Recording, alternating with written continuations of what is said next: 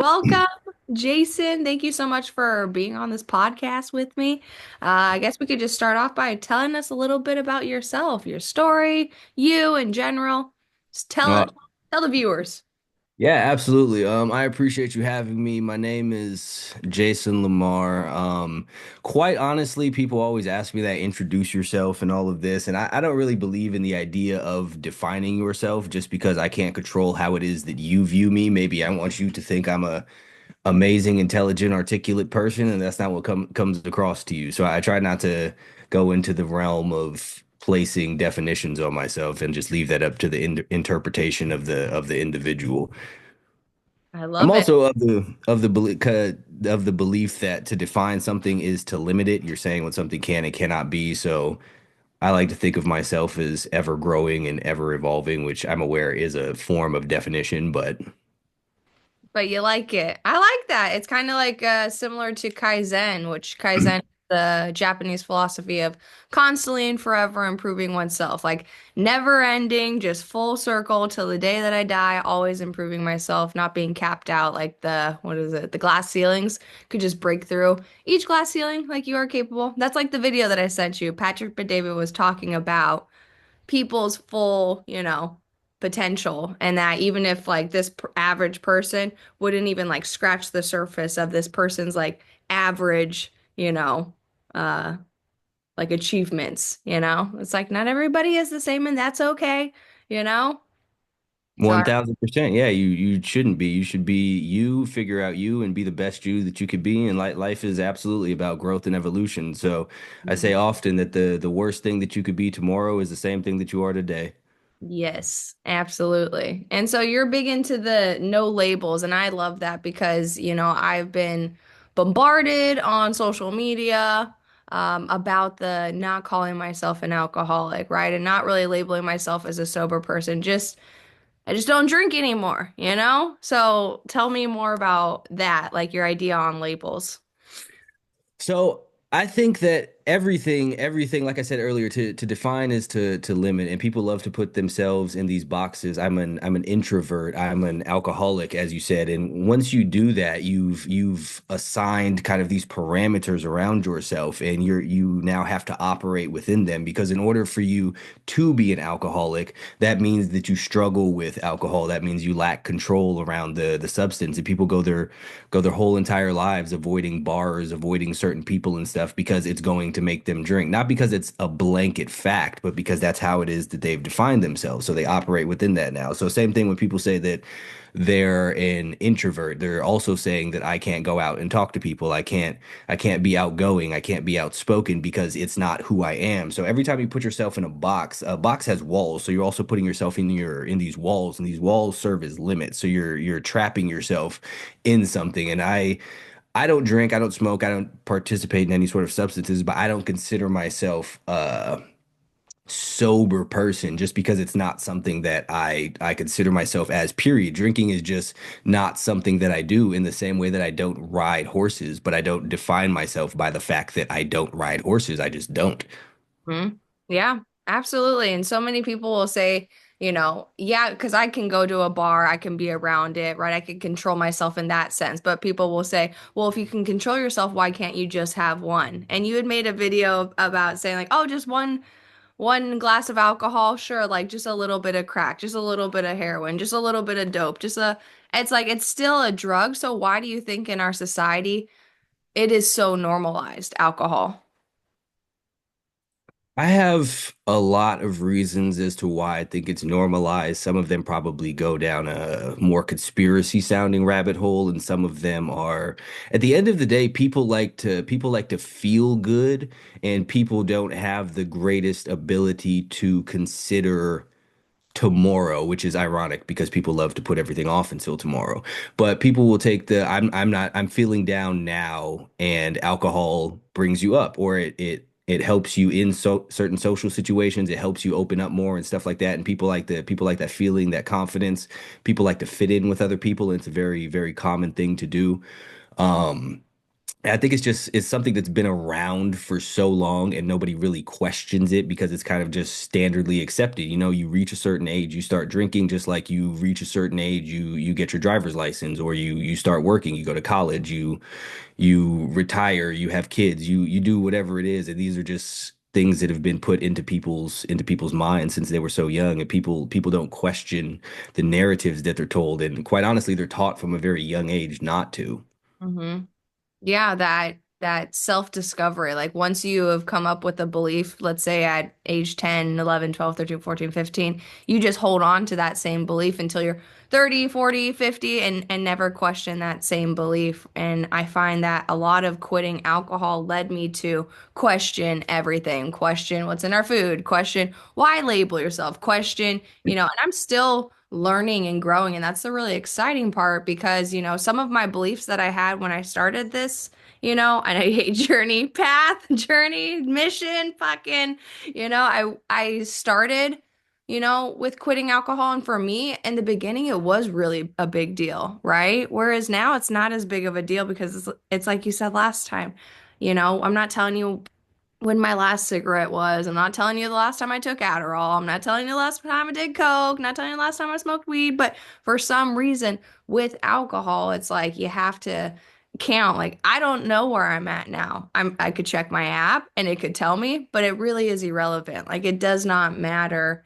how long it's been. It just matters that I have faith in myself that I could continuously choose this, you know, decision time in and time again because it doesn't serve you and it makes you really sick and it disconnects you. Any form of drug, right, is going to alter your mind to think differently. And why would you want to think differently with the help of a drug? Why wouldn't you just want to think differently because you're questioning things, you're learning different things, you're evolving. And so a lot of my beliefs that I had in the beginning of this, have changed so much. And then just talking to you, like it does double down on my narrative of why do we have to label ourselves? Why do we have to put ourselves in boxes? Why do we have to be this? Oh, I'm introvert, extrovert. And I've caught myself saying that too. I'm like, I used to think I was super extroverted because alcohol, but now I feel way more introverted. But there are certain people who bring out that extroverted side of me. So why be like, I'm only this way or I'm only this way? Why do we feel like we have to define ourselves or be like, I'm ADHD or OCD or introvert or extrovert? It's like, it's really hard because that is the way that our society works. They want to label it, give you like a diagnosis or like it's very hard to not use that verbiage, I find, because it's so popular, right? Yeah, it's so commonplace and it's so normalized. Even from the time if you think that that you're back in school, right? You're a skater and you hang out with the skater kids or the punk rock kids or emo. I don't know what kids call themselves nowadays, but you have these labels from the time that you're young. Even when the way they split up classes, right? You will have the gifted or the what is it? I Not. don't know, the fancy programs and stuff like that. You have the ESL classes and you're labeled as stuff Mm-hmm. from that time, and that's kind of how you'll introduce yourself. That's how you talk to how you'll talk about yourself. Even as you grow up, you talk about yourself as your job. I'm Jason, and I'm an engineer. You know, you're defining yourself by certain types of things, and it's hard to break away from because whenever you try and walk a different path than anybody else, you kind of get ostracized and criticized and ridiculed and stuff like that because people don't like to go against the grain, and the ones who do get questioned for it. And most people aren't strong enough to handle that because deep down they really want to fit in, not realizing that the people that they're trying to fit in with are not even the people that they want to be. They're looking for approval from of people that they don't want to be like. Like people have a problem trying to improve their situation. They want to start working out. They want to get sober. They want to build their own business or something along those lines. It's always the people who aren't doing these things who will criticize. Like you, if all of your friends drink and you want to give up drinking, those are the people who are going to tell you, why are you doing this? This isn't the way. You need to live life. You need your moderation. You need your balance. You need to have fun. Uh, it's when the people who are out of shape that will tell you that life is about, you know, more than looking good, or you need to enjoy your food, or this is restrictive. They start calling the healthy eating as what is it? It's not an eating disorder. It's I don't know, some form of disordered eating, some sort of problem, some sort of obsession, some sort of something. But when you really think about it, you're actively like in your mind, you want to be different than these people. But people let the people that they want to be different from control what it is that they do and kind of dictate their own actions. And I think most people don't have the level of confidence in themselves or who it is that they are to be okay with certain people disliking them or certain people feeling a way about them. Yep. I mean, I felt that for sure when I quit drinking. Most of my friends and family were very excited that I decided to do that. They were like, thank God.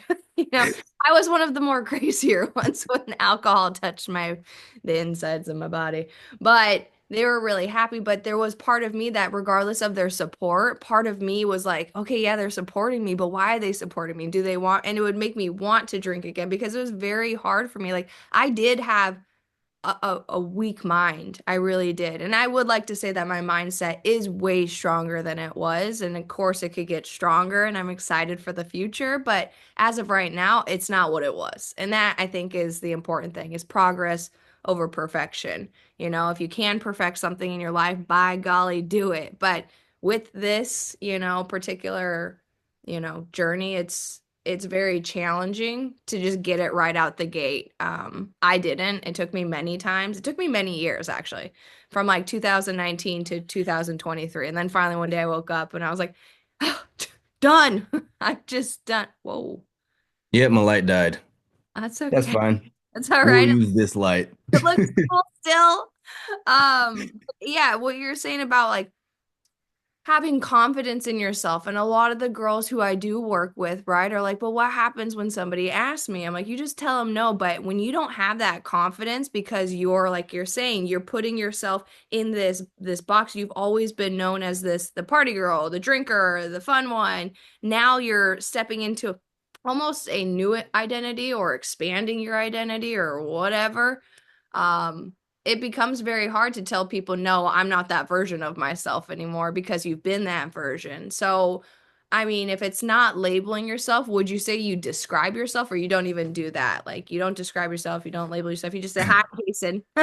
Yeah, it's kind of like this is what I these are just the things that I do. If it's relevant to something, then yeah, I'll say it. Like I work out. I work out every morning. I get up early, but that's not who I am. It's components of what it is that I do. And I think that a lot of people take what, like, some people's entire identity is the fact that they go to the gym. Just like some people's entire identity is the fact that they're sober. Their world is constructed around the fact that they haven't had a drink for 3,264 days and 9 hours, and they have 17 or however whatever the requisite number of chips that is, and they go to their meetings and all of that stuff. And this is, they take a single facet, or what should be a single facet of their personality, of their life, and they make it everything, and everything revolves around that. And all of their friends need to be a certain way, and this is the only thing that they really know how to talk about, because again, it goes back to the labels thing. Certain things are more accepted than others. So they don't want to take the parts of them that are maybe less accepted and bring those to the forefront. So they take the acceptable part. Yeah.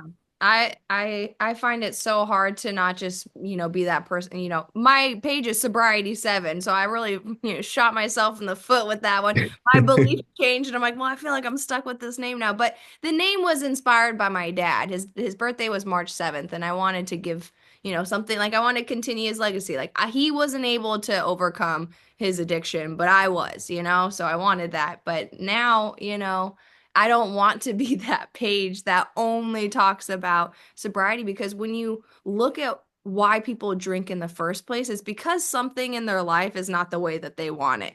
But they have the ability to change it, but it's too hard, right? It's too hard to make that change, to change your, you know, what you've told yourself you are, the story you tell yourself, essentially. Like, I am this person because that's the way that it is, right? I drink alcohol because my parents drank alcohol, and their parents drank alcohol, so it's just this way, rather than questioning that and being like, no, like, they drank, that's fine for their lives. They didn't deal with the real reason as to why people drink in the first place. It does start out as fun, you're 21, whatever, you're like, woohoo, yeah, but it turns into something very dependent, very mind altering slowly erodes your life over time and people try to step away from it, but it just keeps pulling them right back in. Why? Not because the alcohol itself, but because of that story that they tell themselves. Like, no, I am a person that drinks. It's like, no, just be a person that doesn't drink. And I see it in a very simple way now. Whereas before I overcomplicated it. I told myself I'm a warrior. Anything to get me away from drinking. I told myself all of these things and it really wasn't necessary. What was necessary was facing the things that I was fearful of, which essentially at the time was myself, which is so weird to say. But I was really fearful of myself and what I would find when I actually discovered the real me. And what I found was like, I actually like this version of me 10 times more, not any mind altering substance, not, labeling myself. I still struggle with the labels. Like, you'll hear me time to time, like, I have ADHD because I dead ass believe that I have ADHD, but I don't want it to limit me. It's never limited me. That's why I stopped taking medication for it because I'm like, I can learn how my mind and how my body work, and I can learn to work, to control my mindset, right? I think it was Joe Rogan. He said, the mind is the general and the body is the troops. What you tell your mind to do, the body will respond, right? But so many people are controlled by their mind. And I like what you said about, the AA and the collecting the chips and being 3,240 days sober, it's like that solely becomes your identity. And that's what I didn't want. I didn't want to be this, the sober page. I mean, I did in the beginning. Now I'm like, there are so many different layers that are important. Like, can you set boundaries with people around you? Can you prioritize yourself? Can you speak kindly to yourself? Can you know, do the things that you set out to do? Can you set a goal and actually hit it? So many people set goals and then they just, oh, well, I tried Didn't one. work out. Yep, just let it go. Yeah, absolutely. And to the page thing, I think that like while you might not want your whole thing to be about sobriety, I think that in trying to help certain people, it helps to filter your message through a lens that is familiar to them. Like, certain people need to be spoken to in certain ways. And as far as like the sobriety goes, you could carry that over into the thing of setting boundaries for yourself because one of the boundaries is not drinking. One of the boundaries is not feeling bad when people try and pressure you into drinking or try and get you to drink or whatever the case may be. Can you set a goal and stick to it? One of those goals can start off with the thing of alcohol. I'm not going to drink this.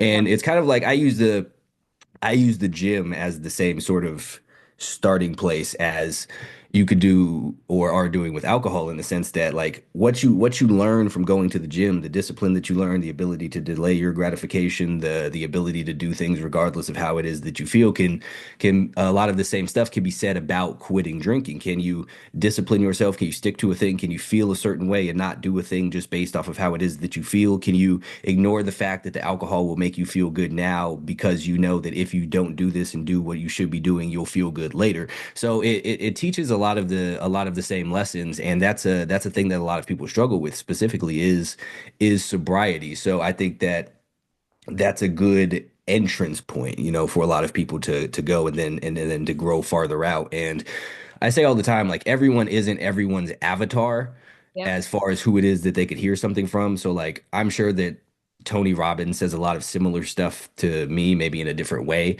But some people will hear that from Tony Robbins, but some people will only be able to hear it from me. Like I'm Tony Robbins isn't someone who I would listen to. It's not a knock to him. He's just not the messenger for the message that I needed. And I think that's very important too, is who's delivering the message and how it's being delivered. Because there's a lot of different ways to say the exact same thing, as in do what you say you're going to do. I say a lot of the time, don't be a bitch. It's the same thing, but some people prefer my verbiage versus the typical verbiage, even though it's the same message.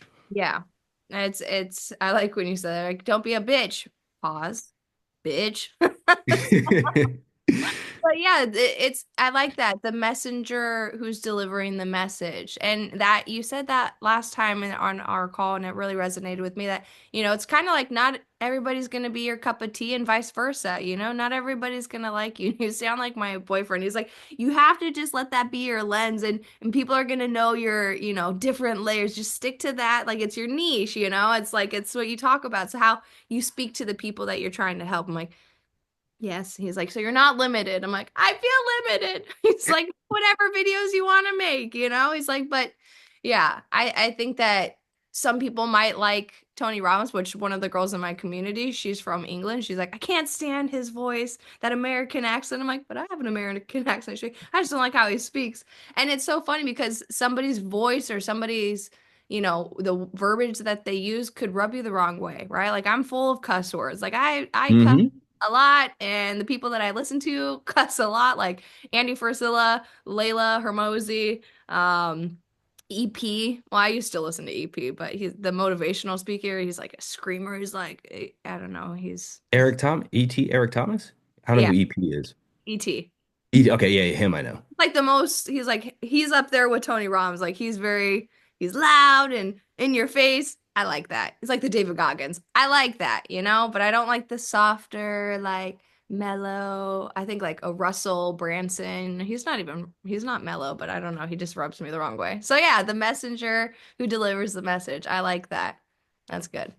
Yeah, it's the again the format that it's delivered in too. Like a lot of people like the you could do anything that you set your mind to and all of the like super positive stuff drenched in positivity. And I find that I prefer the more as opposed to you can be a winner, I like the more you're a failure currently and you should fix that. Like it's the same message just from a different angle, but Yeah.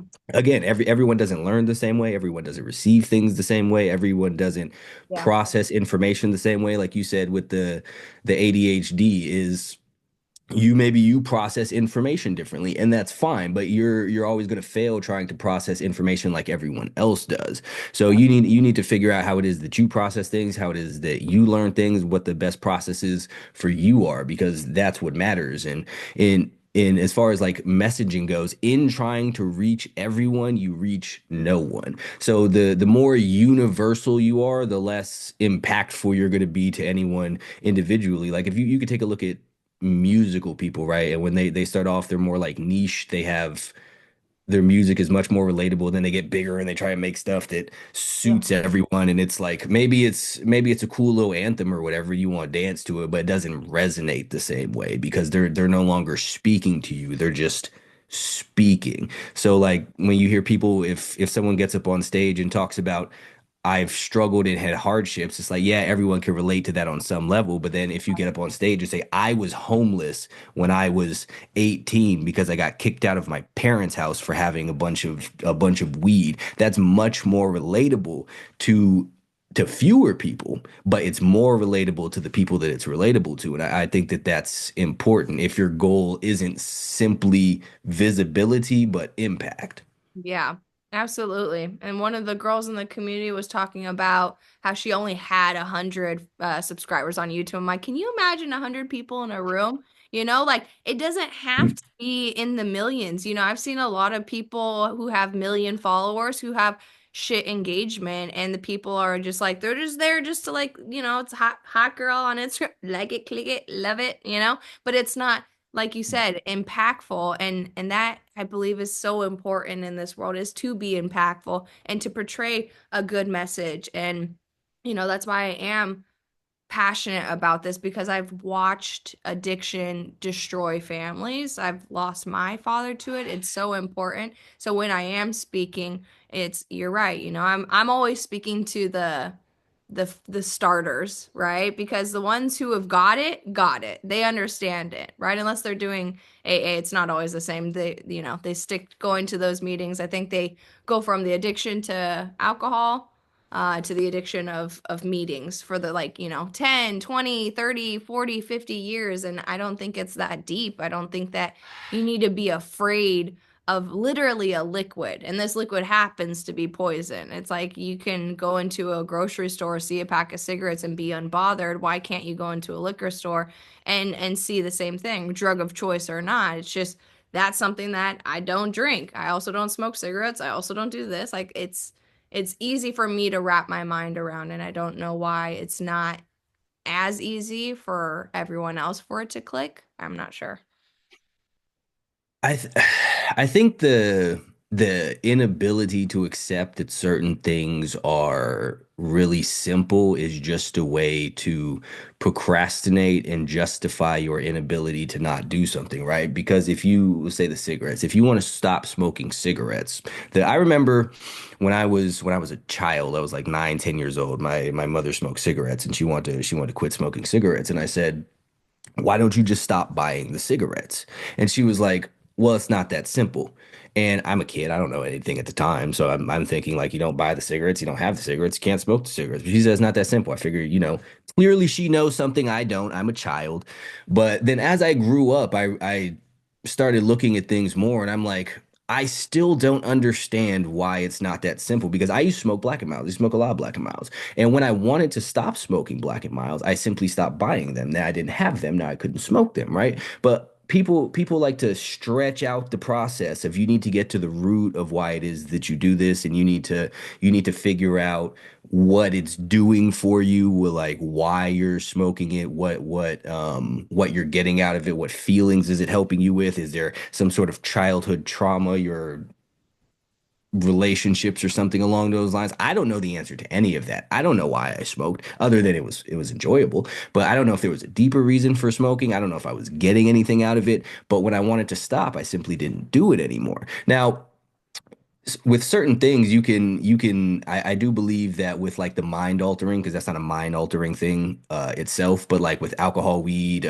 any other drugs, it's helping to fill in some sort of deficiency. And in that scenario, it does help to fill in what the deficiency is so you don't return to it. But as far as actually just not doing it, it is as simple as simply not consuming it. Now, again, I'm aware that with certain levels of alcohol or like heroin or meth addiction or something, there's a component where if you just stop cold turkey, you'll die. So I understand that. But separate from that, separate from the needing to wean off of it thing, it is a you can just not do it. Like people have their 12 steps with the AA, and you could do all 12. I'm not sure exactly what they are, but you could do all 12 steps. And if you don't stop drinking alcohol, you're still an alcoholic. Or you can skip every single step, stop drinking alcohol, and you've accomplished your goal of no longer drinking alcohol. So the steps aren't necessary. They're really just to elongate the journey that you have to do. Like if you need to go to the store across the street, you could leave your house and walk, or you could take a shower, you could get dressed, you can do your hair, you can go wash your car, you could do all kinds of things, but the only thing that matters is that you went to the store. You could put whatever in between that you would like, but none of that is really truly necessary. But people don't like to accept that because then they just have to go and directly do the thing. And most people don't want to do the thing. And to what you said, I don't think it's so much a liquid that people fear. I think it's their own thoughts that they fear because for the most part, the majority of addiction, however people would like to say it, is if I smoke cigarettes, I'm going to think about smoking cigarette. That's the only thing that's going to happen. People do the thing with their eating disorders. If you don't eat food, all you're going to do is think about eating food. But most people are afraid to even think unpleasant things. Mm. So they try to avoid those thoughts. They want the thoughts to go away, and they call these insurmountable obstacles. Like people say, it's really hard to lose weight. Maybe in some sense, but when it really comes down to it, all that's going to happen is you're going to want to eat food and then not eat food. You're going to think about eating food and then not do it. Yeah. Yeah, overcomplicating something that should be simple, right? Like diet, it's like it is not as challenging as people, set out. It's doing the same thing, and that's what people label as boring, right? It's like you're given a certain amount of macros and you eat that and you topple it with an exercise and you do that consistently over 3, 4, 5 months, a year. You'll be in a different place, right? If that's your main Very. focus. But people get distracted. There's a birthday party, there's a get together, I'm a cookie hoe, man. I love cookies, man. Chocolate chip, Love cookies. go on. But, I know that I can't eat cookies every day. Or I could, but I'd be a fat shit. So it's like people don't want to give that up, right? It's like they don't want to have, I think that's reactance, right? It's like where it goes against your autonomy. It feels like you're taking away one's freedom, right? It's like, oh, I can't have a cookie. Well, now I'm the cookie monster. I just want a million cookies. Oh, I can't have alcohol. Let me show you that I can. Oh, I can't have, and it kind of messes with people's psychology. This is why I always tell myself I can drink. I can. I just know that I'm not going to like that version of myself. I love this version. And I think that is heavily reliant on how much you do love yourself. Yes, you could keep it simple, like you said, right? I love the acronym KISS. Keep it stupid simple. Like, don't overcomplicate it. It's not that serious. But with, yeah, addiction, if you do cut cold turkey, right? Alcohol, you could die. Heroin, you could die. And people told me, like, because I was drinking an unhealthy amount, but I quit cold turkey. I didn't give a shit. I was like, if I die, it speeds up the process of what I wanted to happen already. When I was drinking, I wanted to die. But with this, I was like, I'm gonna cut cold turkey, and if it really hurts, good, then it will ensure that I never go back to it. And you know what? Being hungover on an airplane, it really did. It did its job. I was like, I'm not drinking. I'm not doing that again. No. And yeah, you just stop buying it. But I did have to go deeper under the surface because I read this book, Dopamine Nation, by Anna Lembricky. I don't know her last name. But she talks about the ways that our brains are wired and that most people have an addictive trait of some sort of kind, right? Hers was romance novels, right? It started as just, yeah, Twilight, and then it got to like 50 Shades of Grey, and then she was like, getting into more raunchy things where she would hold her book up and put her book behind it because she was embarrassed, and like she was showing the progression of her addiction, and then she was just getting free books on Amazon, like any romance I could get, and then she's like, I'm not even reading the whole book, I'm just reading the middle part, like getting her fix or whatever.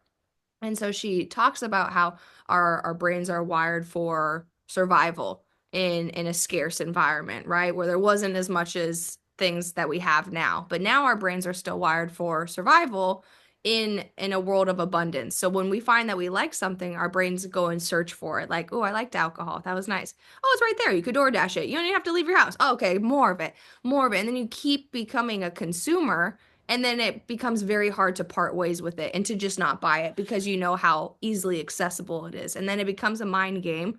But that mind game is harder because a lot of people have really weak mindsets now. Kind of like what I was telling you about Steph and Ariano.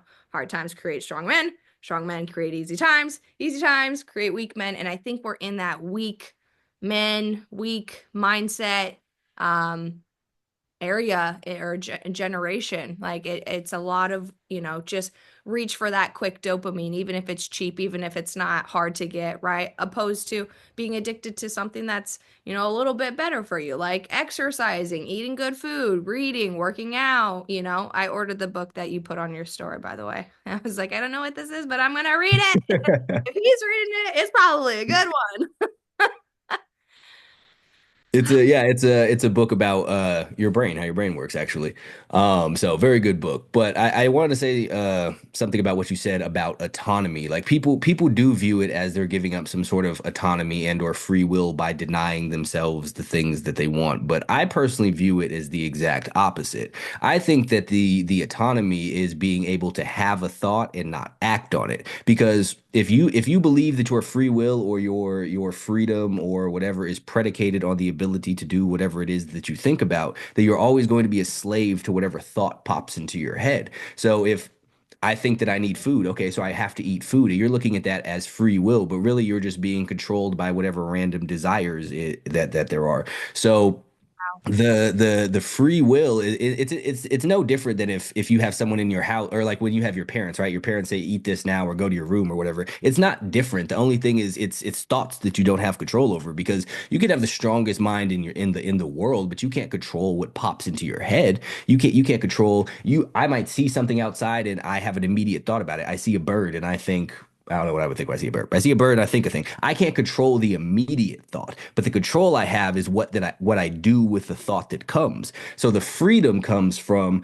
oh, I have this thought. Oh, I want this cookie. Oh, I want this drink. I want to smoke this weed. That's the thought that pops into my head that I have no control over. The freedom, the autonomy is just because I thought about it, I don't need to have it. So you're exercising your free will by denying yourself something. And that seems counterintuitive to most people because they believe that the purpose of life is to do the things that you enjoy and to do the things that you want. But if I was to solely do the things that I enjoy, I would sleep all day, watch Netflix, eat cheesecake and bucking chili cheese fries, and I would be 300 some odd pounds depressed as shit, is where that would lead me. So when you let your desires and your urges and pleasurable things control you, you wind up in a very unpleasurable state. So that's how people wind up obese. That's how people wind up addicts. That's how people wind up homeless, is just doing whatever feels good in the moment, not realizing that all of those moments add together to create something that's not ideal. So if you live moment to moment what feels best, yeah, you're probably going to have a very good day. You're probably going to have a couple very good days, but you're going to have a very bad life because it's not about the individual pieces, it's about the total of the thing. So like if you take a Lego set, right? None of the little individual pieces mean anything, right? You got a little rectangle brick. It's nothing. But you put them all together and you have yourself a house. But when you just focus on the pieces, you just have a bunch of scattered nothingness everywhere. Yeah.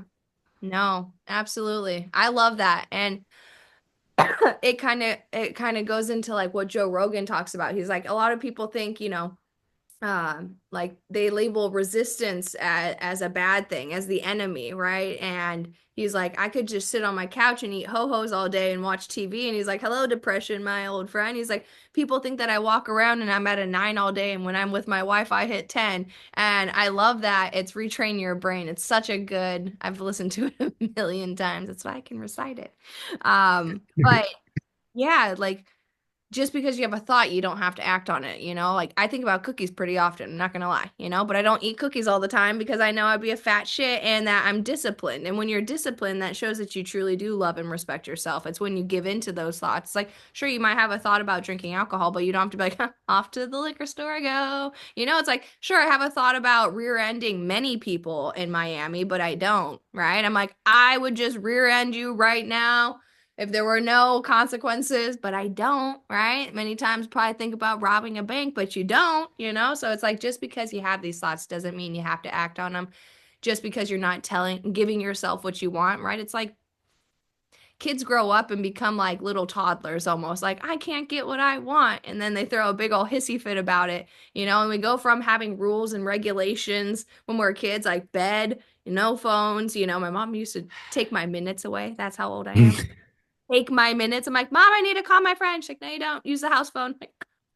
But we would be told, go to bed, eat this food, or yeah, go to your room, or you're gonna talk back. We had rules, and then when we became adults, it's like I can, do whatever I want. I could buy whatever I want. I could eat whatever I want. I could stay up as late as I want. I can invite whoever I want. And then we just never really outgrow that, right? Do we? And then that's when people, it's like you said, people don't live for tomorrow, right? They live for today. And then you keep doing those little Lego stack up, right? And they build a big enough wall where either now you're 300 pounds plus, you have an addiction to alcohol. Like my addiction to alcohol didn't just happen overnight. Like I'm not, oh, poor me. Like, how did this ever happen? No, like I know what I was doing. Maybe not at the time because I just was having a good time. It was just fun. Everybody's doing it. But over time, one glass of wine, two drinks, five, oh my God, I'm drinking the whole bottle. It's like I did that to myself. And I did that to myself because I ran away from the thoughts that mattered and I listened to the thoughts that didn't. It's like the thoughts that mattered to tell me, like, hey, you're being a piece of shit. Like, do something about it. I was like, meh. I'm going to focus over here where they say you're awesome and confident now that you have alcohol coursing through your body.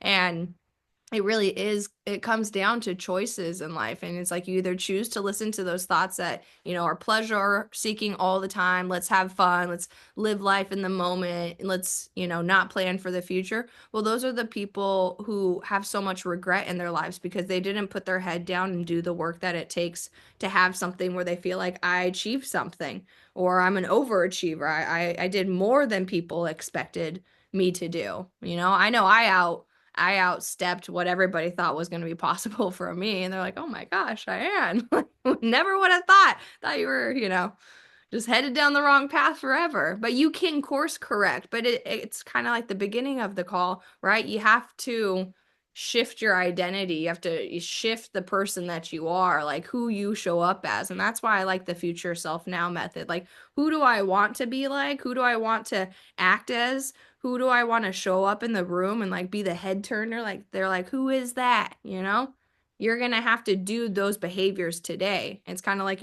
how you told your mom, like, just stop buying them, right? It's like it's a bad behavior. Maybe with cigarettes, you don't have to figure out, like, is there childhood trauma or is there something wrong in your life? Maybe you just pick up cigarettes as a habitual habit and it's really bad behavior, and then you course correct it by KISS, keeping it stupid simple. Like, I'm just not gonna buy them.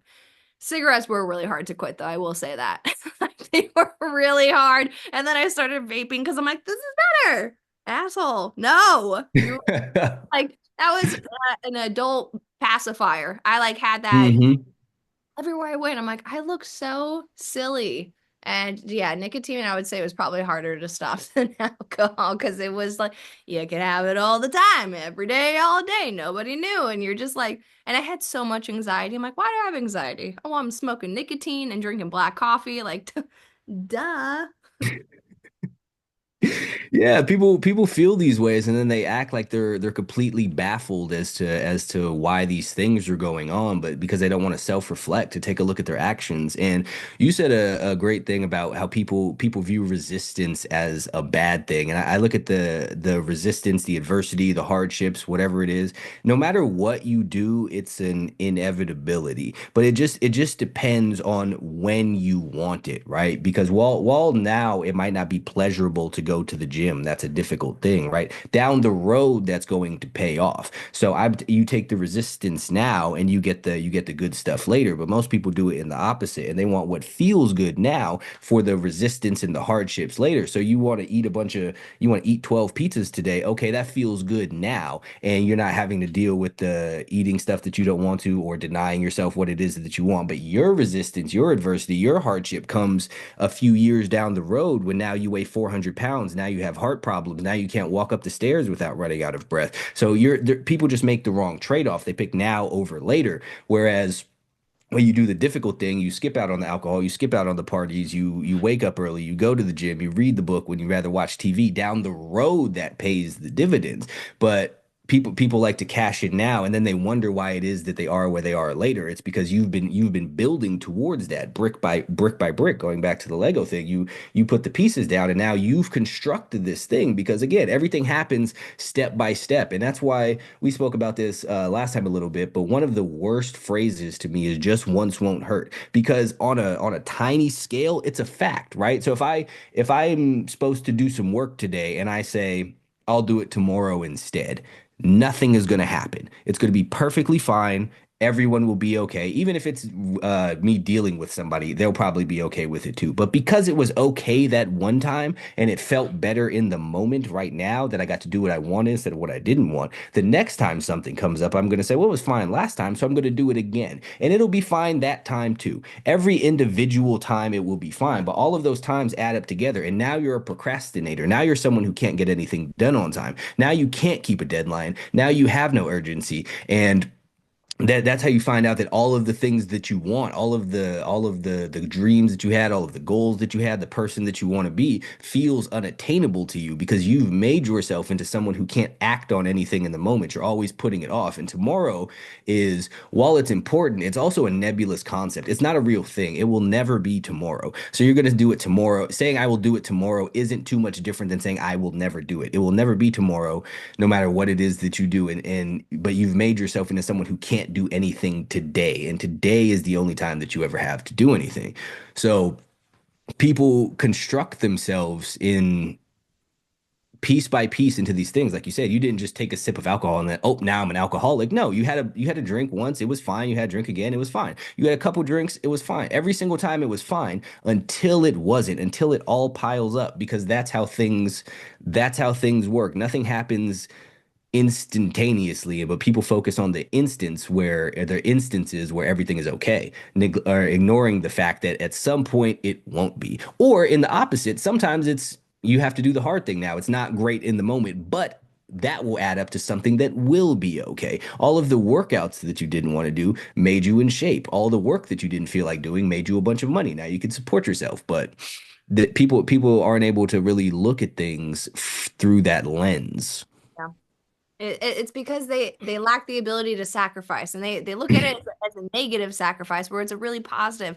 When the very first year I got sober, and that was 2023, I didn't go to a Christmas party, I didn't go to Halloween, I didn't go to New Year's.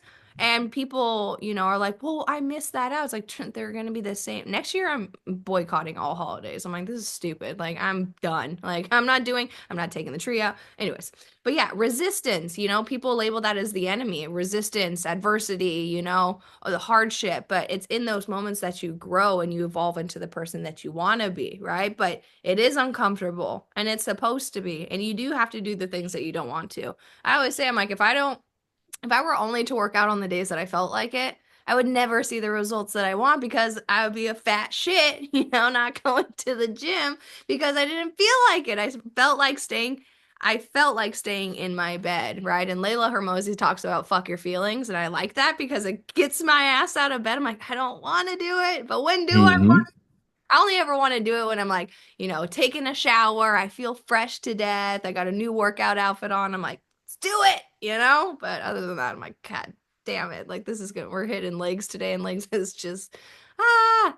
But yeah, you look at people who keep their head down, work, do the boring things, right? In their 20s, save up, buy a house in their 30s, whereas their friends were out vacationing and the people who are saving for a house, maybe it looks boring, like, oh, we don't ever go on vacation, we don't ever do anything fun, like, like this is how my life is. Like, we keep our heads down, like we don't go anywhere, like we don't do anything. But I know that, our 30s will be different because right now we're doing the reps, we're putting in the work, we're sacrificing. Sure, it doesn't look as, insta fun or like highlight reel, but that's okay. It doesn't need to be because by the time I'm in my 30s, I'll be chilling on a yacht, just whoop, just hanging out. But you have to go through those hard times. You have to force yourself to do it. You may not want to, right? But yesterday you said today. And it's like you said, like you keep saying tomorrow, tomorrow. Like I have a to-do list, and as it pops up, like I'll do the first thing on the line, even if it's the hardest thing on the line. I'm like, my gosh, like reorganize all Notion documents. I'm like, no, why is that the next task on a Saturday? Literally, that was my task this morning. I'm like, God damn it. After this podcast, I'm gonna have to do that. But I have to. I don't have to do anything, right? It's the fact that you get to. And I change that verbiage a lot when I'm speaking.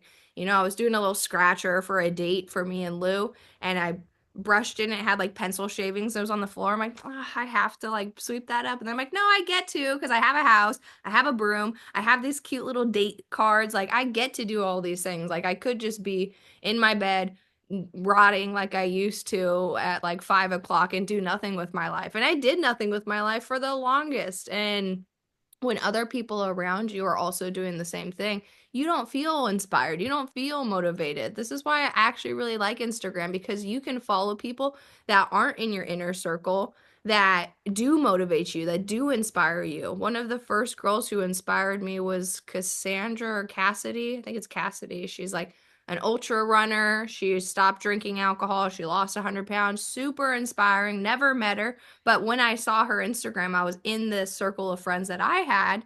And I'm not saying that my friends weren't, amazing, but they're not where I want to be. I want to be somewhere, entirely different because I want to evolve and grow for the first time in my life. So, yeah, when people are around you and they see you growing, they're either going to be extremely happy and supportive or they're going to try to rip you back down, kind of like the crabs in the bucket, right? I was that crab trying to get out and they were trying to rip me back in like, come on.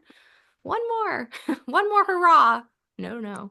No more one Yeah, more. that's a I like the crabs in the bucket analogy because that's what people do, right? They're all in the bucket. Nobody wants to be in the bucket, the barrel, whatever it is. And someone tries to get out and they're like, nope, right back down because they want to be out, but they don't want to do what it takes to get out. So they want to prevent you from doing what it takes to get out. And a lot of people like to focus on the wrong thing and argue about the fact, well, I was put in this bucket. Well, this, I didn't choose to be here. And it's like, okay, all of that's well and fine. But what no one realizes is there's not a lid on the bucket. Every single one of you has the power to climb out. And when you see someone else climbing out, rather than being like, no, don't do it, you should be like, oh, well, shit. I guess I can do that too. But people don't seem to have that mindset because they'll watch the person climb out and then see them get out and watch them have climbed to be like, he's cheated, he's lucky. And it's the most insane thing ever to me. So the people that you're around are very important, and the people that you associate with, the people that you I don't want to say model yourself after, but take inspiration from are very important because if you're like you said, if you're around a bunch of people who aren't doing anything, then you're not motivated to do anything, but you also feel okay with not doing anything because no one else is, right? And your everything outside of your immediate circle, your immediate reality, what you could see is kind of just conceptual. So it's like there's successful people in the world, but because you've not seen them or been around, it's more of an idea than a reality. That's why if you one of the universal laws is the law of exposure, right? You see it once you see something, you can't unsee it. So once you get to the point where you start actually seeing people doing things, you're like, oh, this is a real thing. People are actually making this much money, driving these cars, living in these houses, being in shape, being sober, having great lives. They have great relationships. They do all of these things that I see on TV, that I see on Instagram, that I read about, that I fantasize about, but don't think is real. And then you see it's real. And once you get to that point, if you're at that place in your life, it unlocks a thing in your mind where it's like it's hard to settle for where you are, knowing for a fact that you could be so much better. But most people never see that, and like me personally, I try and seek it out. Like I remember several years ago, I used to flip houses, wholesale stuff like that, and I moved to Scottsdale. I lived in the biggest house that I ever lived in. It was like 2,400 square feet. Thought I was rich. I thought I lived just like all of the rich people. I'm like, I'm killing it. I'm doing amazing. And then I went to this investor's house one time, and it was like 7,000 square feet. There was a basketball court in the middle of it. There was another house attached to it. The backyard had a tennis court. There was a pool with a whole little cabana thing and a setup and an outdoor grill, and there was like two kitchens, and it was wild. There was so much stuff and never seen it in real life. I didn't know it was real, and then I walked in, I was like, oh shit. I'm not doing anything. But rather than being discouraged by that, I'm like, but this now I see it's possible. I see that this is something that can be accomplished because this person accomplished it. So if he can do the thing, why can't I do the thing? And it's not that some people are special or some people are lucky or some people are like chosen ones who just happen to be blessed with all of these good things while you are someone who's cursed with depression and the inability to work hard. It's just they saw something that they wanted, they went after it, figured out how to do it, and did what it takes to get it. That was a lesson I learned a very long time ago at the gym when you see because I spent a long time thinking, man, all these people are in shape, all these people look great. Why can't I be one of those people? And then at some point, it occurred to me that I'm not one of those people because I'm not doing the things that they're doing. I'm not going to the gym like they're doing. I'm not eating like they're doing. I'm not sleeping like they're doing. I'm not doing whatever the necessary things are. But if they can do the necessary things, and I have access to this same building with the same stuff, I have access to the same grocery stores. I could do the exact same thing that they're doing. So once I started doing what they're doing, I got in shape like they were in shape. And then that's kind of a thing that's like, cool. Well, if I see that I could do this just by following the steps, then I can do anything by following the steps. And a lot of people think that they don't have that. Like people say, well, everything I've tried at, I've failed. That's not true. I don't believe in that. Because if you take an extremely fat person, right? They're not fat because they failed at getting fit. They're fat because they successfully got fat. You did all of the necessary, you took all of the necessary steps to get fat and you gained weight. You ate a bunch of food, you gained weight. Every single thing that's required to be a fat person, you did, and it worked out for you. When I was poor, I was acting like a poor person. I was doing all of the things necessary to be poor, and I was poor. So it goes in the opposite direction too. If you do everything necessary to be fit, you will be fit. If you do everything necessary to be rich, you will be rich. So people are surrounded by people who are successful in their relative fields. It just happens to be most people have succeeded at something that they didn't want to succeed at. Absolutely. Doing everything that is necessary, but long enough, right? Consistency. Like that is the key component that people miss. Like, I tried everything.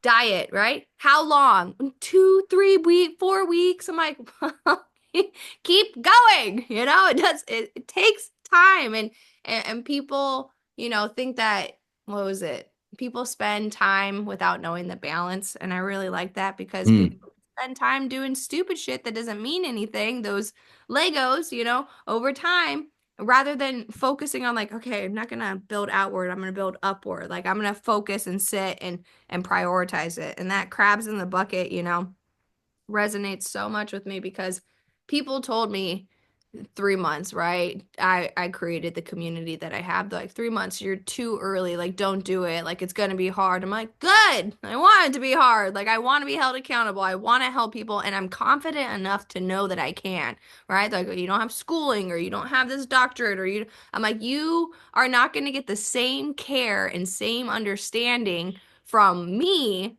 that you would a therapist who doesn't know jack shit about what it is that we are experiencing, and also the care that comes with it, because I do genuinely care. Like, I care so much, and any of the girls who are in my community tell me on a regular basis like how much you do care, how much you show up, the fact that you're always available, which I am, like literally make myself like 24/7 available, because I want to make sure that these girls have the best opportunity for success. And it is doing the necessary things and following a leader who's done it. I try to do so many things on my own, whereas now I'm like, if somebody knows how to do what it is I'm trying to do, I will pay that person. Like, teach me how to copyright. Oh, teach me how to film content. Teach me how to do this. Like, teach me the things that I need. Like, I've had many coaches, I've had many courses and classes, and it's helped so much. Like, I wish that I started investing more money into myself and my future rather than investing money into bars and into Taco Bell at 2 a.m. But, that was where I spent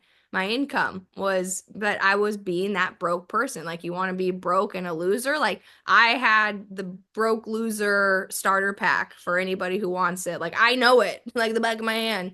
But to be successful, to be, rich, not even financially, but rich in life and rich with experience and connections, like, you're going to have to put in some effort in the opposite direction of whatever it is you're doing in the loser starter pack. And it doesn't sound nice, to say that, people are losers, but like, I genuinely was a loser. I was being just like my father. And as much as I love him and I do miss him, and it is hard to, live this world without him, like, he was also a loser because he did not do what was necessary to take care of the four girls that he did have, to get out of his addiction, to stop buying alcohol, to figure out another way. Just gave up. And that's the sad thing about addiction, is you do just give up. You give up cleaning your house, you give up on yourself, you give up on your goals, your dreams, and then you blame other people as to why you're not where you want to be, when it has everything to do with you and so little to do with everyone else.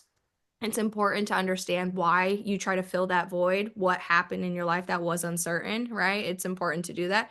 But you don't have to complicate it, right? You can notice it as a bad behavior and be like, well, I can't blame my parents. And if I am going to blame my parents, right? Tony Robbins says, he's like, blame them for all the good shit too, right? Don't just blame them for all the bad things that happen from my dad not being the person that I needed him to be, allowed me to be this version of myself where I am resilient, I am strong, I am capable, I am able. But it took something as pivotal as having a father who wasn't super present for me to shift. I could have gone a different direction. I could have done many different industries as a work career, and I chose to do a path that helped other people. And I think that regardless of people in the beginning saying, don't start a community, don't do this, don't move to Florida either, right? Not listening to the people who aren't where I want to be in life really helped me. I was like, why am I taking advice from these people?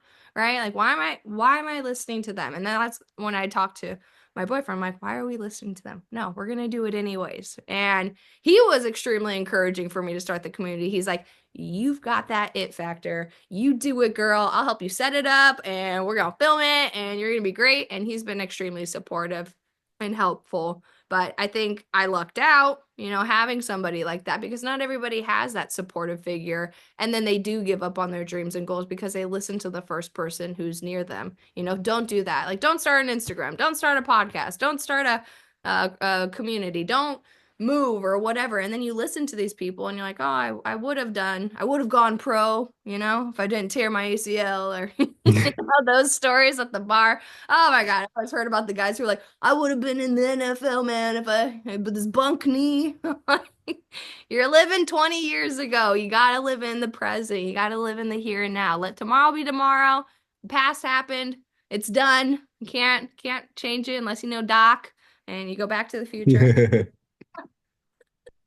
Yeah, and that's everything is what you make of it, and you can nothing is blanketly a negative or positive. Nothing is blanketly a good or bad. Things just are until you assign a value to it. And some people get so mad about that as a concept, and they're like, "Well, you didn't lose your parents when you were young." Like, okay, that's fine, but you lost your parents when you were young. Okay, but no matter what you do, they're gone. You being mad about it won't bring them back. It's not like you haven't reached a certain level of sadness yet to resurrect them. They're gone. That's done no matter what you do with it. If you find the positive in it, they're not extra dead now. So, like, you figure out what can you learn from this, what can you take away from this, what did you learn from them while they were here. And I'm a big believer that the that grief in and of itself is ungrateful, because what you're doing is you're saying, I want to have more times with these people and I'm not going to get to, as opposed to I had these wonderful times and I appreciate and cherish those memories. So it's still just what you choose. Yes, they're gone. Okay, what can you learn from that? What do you want to do with that? And also, it's ungrateful to them in this specific example to take the life that they gave you and spend it or waste it mourning their passing for whatever. They still gave you life. You still have some responsibility to make the most of it, right? So they're gone. Okay, honor their memory by becoming the best version of you. Carry on their legacy, become someone amazing so that people will talk about them. Whatever it is, you have pain from that. Okay, great. I'm sure that will hurt more than you going to the gym today. I'm sure that will hurt more than you doing whatever work it is that you need to do. I'm sure that will hurt more than you putting yourself out there and other people ridiculing you. So they've given you a great bar for pain. If that's the worst thing that's ever happened to you, great. Everything under that is bearable because you're already bearing that. So take what you have and make the most out of it. It doesn't it none of this stuff matters. Like, yeah, you could have went to the NFL if you didn't tear your ACL 20 years ago. Okay, that's amazing. You can't go now, but what can you do now? You learned a bunch of shit from that. Teach other people. Teach people how you rehabbed your leg. Whatever it is, you can make something of it and someone will care about it. It will be beneficial to someone and you can do something. There's a motivational speaker dude. His name is Nick Santa something. I can't pronounce the last thing. I'm going to fuck it up. He has zero legs. He has one arm and like one finger on his hand. And he's running around on stage and shit. He works out. He drives fucking Lamborghinis and makes millions of dollars and has beautiful girlfriends and stuff. And is the most positive person in the world. So if this mother, he's like, not even disrespectfully, he's like 60% of a person. And he's living a better life than most people because of his mindset, because of how he views things, because he refused to accept his limitations. And people have all of this shit like, well, my childhood was sad because I didn't have birthday parties, so I can never make something of myself. Like, that's the most ridiculous shit in the world. And people hang on to their limits so fervently, and they fight for the right to not be able to do anything better, and not realizing that that's the exact reason that they're never going to improve themselves. Like, I'll say all of the time, anyone can better their situation, anyone can do whatever it is that they would like to do, and somebody will pop up. Well, what about children born into slavery in Africa? Or what about my brother was born with only one eye and no arms? It's like that's not the these aren't the problems. The problem is that you hear positivity and you immediately try and shoot it down. You hear that you can do something and you go to an extreme to disprove the rule so that you have an excuse not to try. All of it is just people not wanting to put out effort. All of it is people not wanting to put themselves out there, not take risks, not do hard things, not hear anything that they don't like. Like this I speak on the internet daily. I'm on all the platforms saying all of the things. A few years ago, this would have been the most uncomfortable thing in the world to me. It was when I first started, but I did it anyway. And I've just grown from there. It's been good, but I never would have known that if I just sat there and was like, well, I need to figure out how to overcome all of my fears and read all of these books, and people made fun of me or something when I was little, and I don't want that to happen again because it will reignite those old traumas and I'll be sad forever. No, you just do it. Like, Yeah. everything worth having is outside of your comfort zone. You are never going to grow while you're comfortable by the very definition, because you're comfortable with something because you're used to it. So if you want something more, you have to do something more. So you're going to be uncomfortable just by definition. That's how everything works. That's how you go to the gym, you get sore, you eat less, you're hungry, you whatever the case may be, whatever it is that you're doing, you work longer, you're tired. You want to run a marathon, you're going to be out of breath, and then you keep doing it, and then eventually your comfort zone grows and you can only run 10 miles, now you can run 12. Then you can can run 14, eventually you can run 26, you can run 30, but you have to condition yourself to be willing to push through the things. And one of the ways to do that is to stop finding all of these random excuses because none of it matters. Like you said, people like to blame everything on everything. If you take an objective look at your life, just like if I when I take an objective look at my life, every bad thing that's happened to me, every situation that I found myself in that was unfavorable was my fault. I put myself there regardless. Even if someone just randomly if I got hit by a car one day, it's because I chose to cross the street without paying attention or some shit like that. So and even in the off chance that it is someone else's fault, it doesn't matter. You still have to fix it. So, accountability, I'm very big on accountability for whatever it is that's going on. You need to own that shit so that you can fix that shit. Yeah, absolutely. I love all of that. That resonated with me. It's a little bit more of the like, just execute, just do it, right? And you said read the self-help books, do all these things. Like when I started the community, I was at 3 months of my own sobriety, but I was like, execute. Like, I'm sure I'm gonna fuck some things up. It's not gonna be people's lives, but it's gonna be like mistakes or learning. But like the best way to learn it is throw yourself in it. And there were a lot of risk. There was a lot of I was so scared. My first call, I was like, it was only one girl, right? But I was like, what do I talk about? Oh my God. And Lou was just like, talk about your journey, talk about you, talk about what it is that you're doing right now. I'm like, oh my God, so scared, but it was that growth that happened because of it. Yeah. And you don't grow inside of comfort. That's why when people label resistance as the enemy, it's like, no, like run towards fear, run towards uncomfortability, run towards the things that are uncertain because from there you're going to learn, right? And you hear all these older people like Matthew McConaughey or Morgan Freeman, right? The actors are like, what would you do more of in your younger years? So like fail,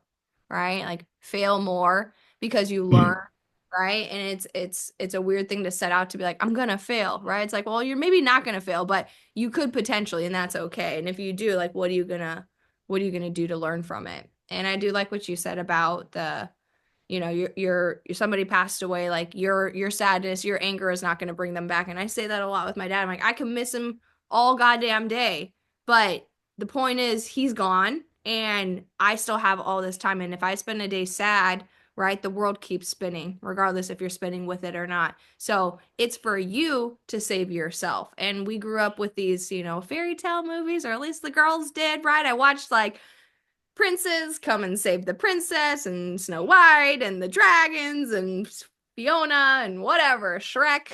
and and you think someone's going to come save you, right? Or at least I did.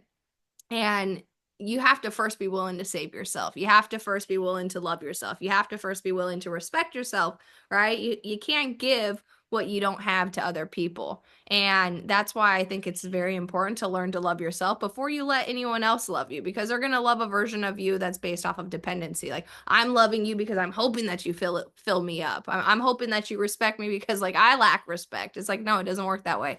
You have to learn how to fill yourself up. So when you do give, when you do pour out of yourself, it's coming from a place of you're overflowed or you're overflowing. You're like, I have so much to give. I don't need you to give anything back. If I get anything back in return, great. It's a great day, but I wasn't expecting it and I also don't need it. And we go through our whole lives feeling like, oh, I need this validation or I need this approval or I need these things from people. When really it's like, you just need your own belief in your own self and you can go the distance. Like you really just need to be able to have conviction in yourself and be like, yes, I'm gonna start a community. Yes, I was so scared posting my first Instagram video because I was black and blue and passed out and throwing up and looking just a hot mess. And I posted that video and I was like, now we wait. Oh my God. I was so nervous. And all I got was positive feedback. So that fear, you know, was bullshit. And when I pushed past it, right? But I knew that there was the possibility. I posted that saying, all right, either everybody loves it and they support me, or everybody hates me and they tell me what a loser I am. I'm like, I'm ready for both. And either are possible and I'm prepared for both. And it's preparing yourself that shit could go south, but it could also go really great. And the only way that you're going to find out is if you actually try and put in, some effort. Otherwise, it's just going to be a shoulda, woulda, coulda. It's like what you don't change, you choose. And I was just so over choosing the same reality day in and day out. I was like, oh my, like I really hated myself. I hated myself. And I told you this last call, right? Which whatever you don't hate, you'll tolerate. And I was tolerating my behavior. I was tolerating the shit people in my life. I was tolerating other people treating me shitty, right? And that's just because I didn't hate it enough. And then one day I woke up and I was like, I hate it. I hate myself. I hate me. I hate what, I do to other people because of my decisions. Like this has to change. And then from there, I made the change happen. I felt myself, getting slippery around 2, 3 months. I was like, or was it 2 months? 2 months. I was feeling slippery. And so I posted that video on Instagram. I'm like, I will do whatever it takes. So when people say I can't get sober, I can't stop smoking, I can't do this, if there is a will, there is a way. If you found a way to get the cigarettes to smoke them, you've proven that you can find a way to smoke cigarettes. But on the opposite, you can do whatever it takes in order to not get the cigarettes. Like throw your keys, bury them in your yard, figure it out. I don't know. Like give them to your neighbor, say, don't give me these keys, right? Like I used to walk to liquor stores. I didn't even need a car. I was like, take my shoes. Don't let me leave this house. But it's not that you can't, it's that you won't. You won't sit with those uncomfortable feelings. You won't push yourself past your comfort zone. You won't have the hard conversations. That's a big one. People not having the hard conversations. Like, I don't want to offend this person, or I don't want to tell this person I have a boundary. They may label me as a bitch. All right, well then I'm a bitch. Whatever. But this is my boundary. Don't cross it, or I'll cut your foot off. Yeah, that's it. Oh, I have so many thoughts on these things. The last part is a I think that's such a powerful perspective because I get all of the time like people say I'm this, I'm that. And like this is again why I said this is I don't define myself. It's cool. You think I'm this, that's perfectly fine. I'm not for you. Okay. That's I'm fine with that. I don't need you to like me because I like me. And I think a lot of the reason that people have this issue, like you're worried about judgment, is because you're not good with yourself. If you were cool with who you were, if you loved you, it wouldn't matter what anyone's judgment was. Because when you love yourself, you're confident in who it is that you are, you believe in who it is that you are. It's like, okay, cool. I'm X. You feel a way about it. Amazing. But I'm still X. This is me. This is what I do. I'm proud of this. I support this. I stand by this. And I will continue to be this thing for as long as I see fit because it serves me.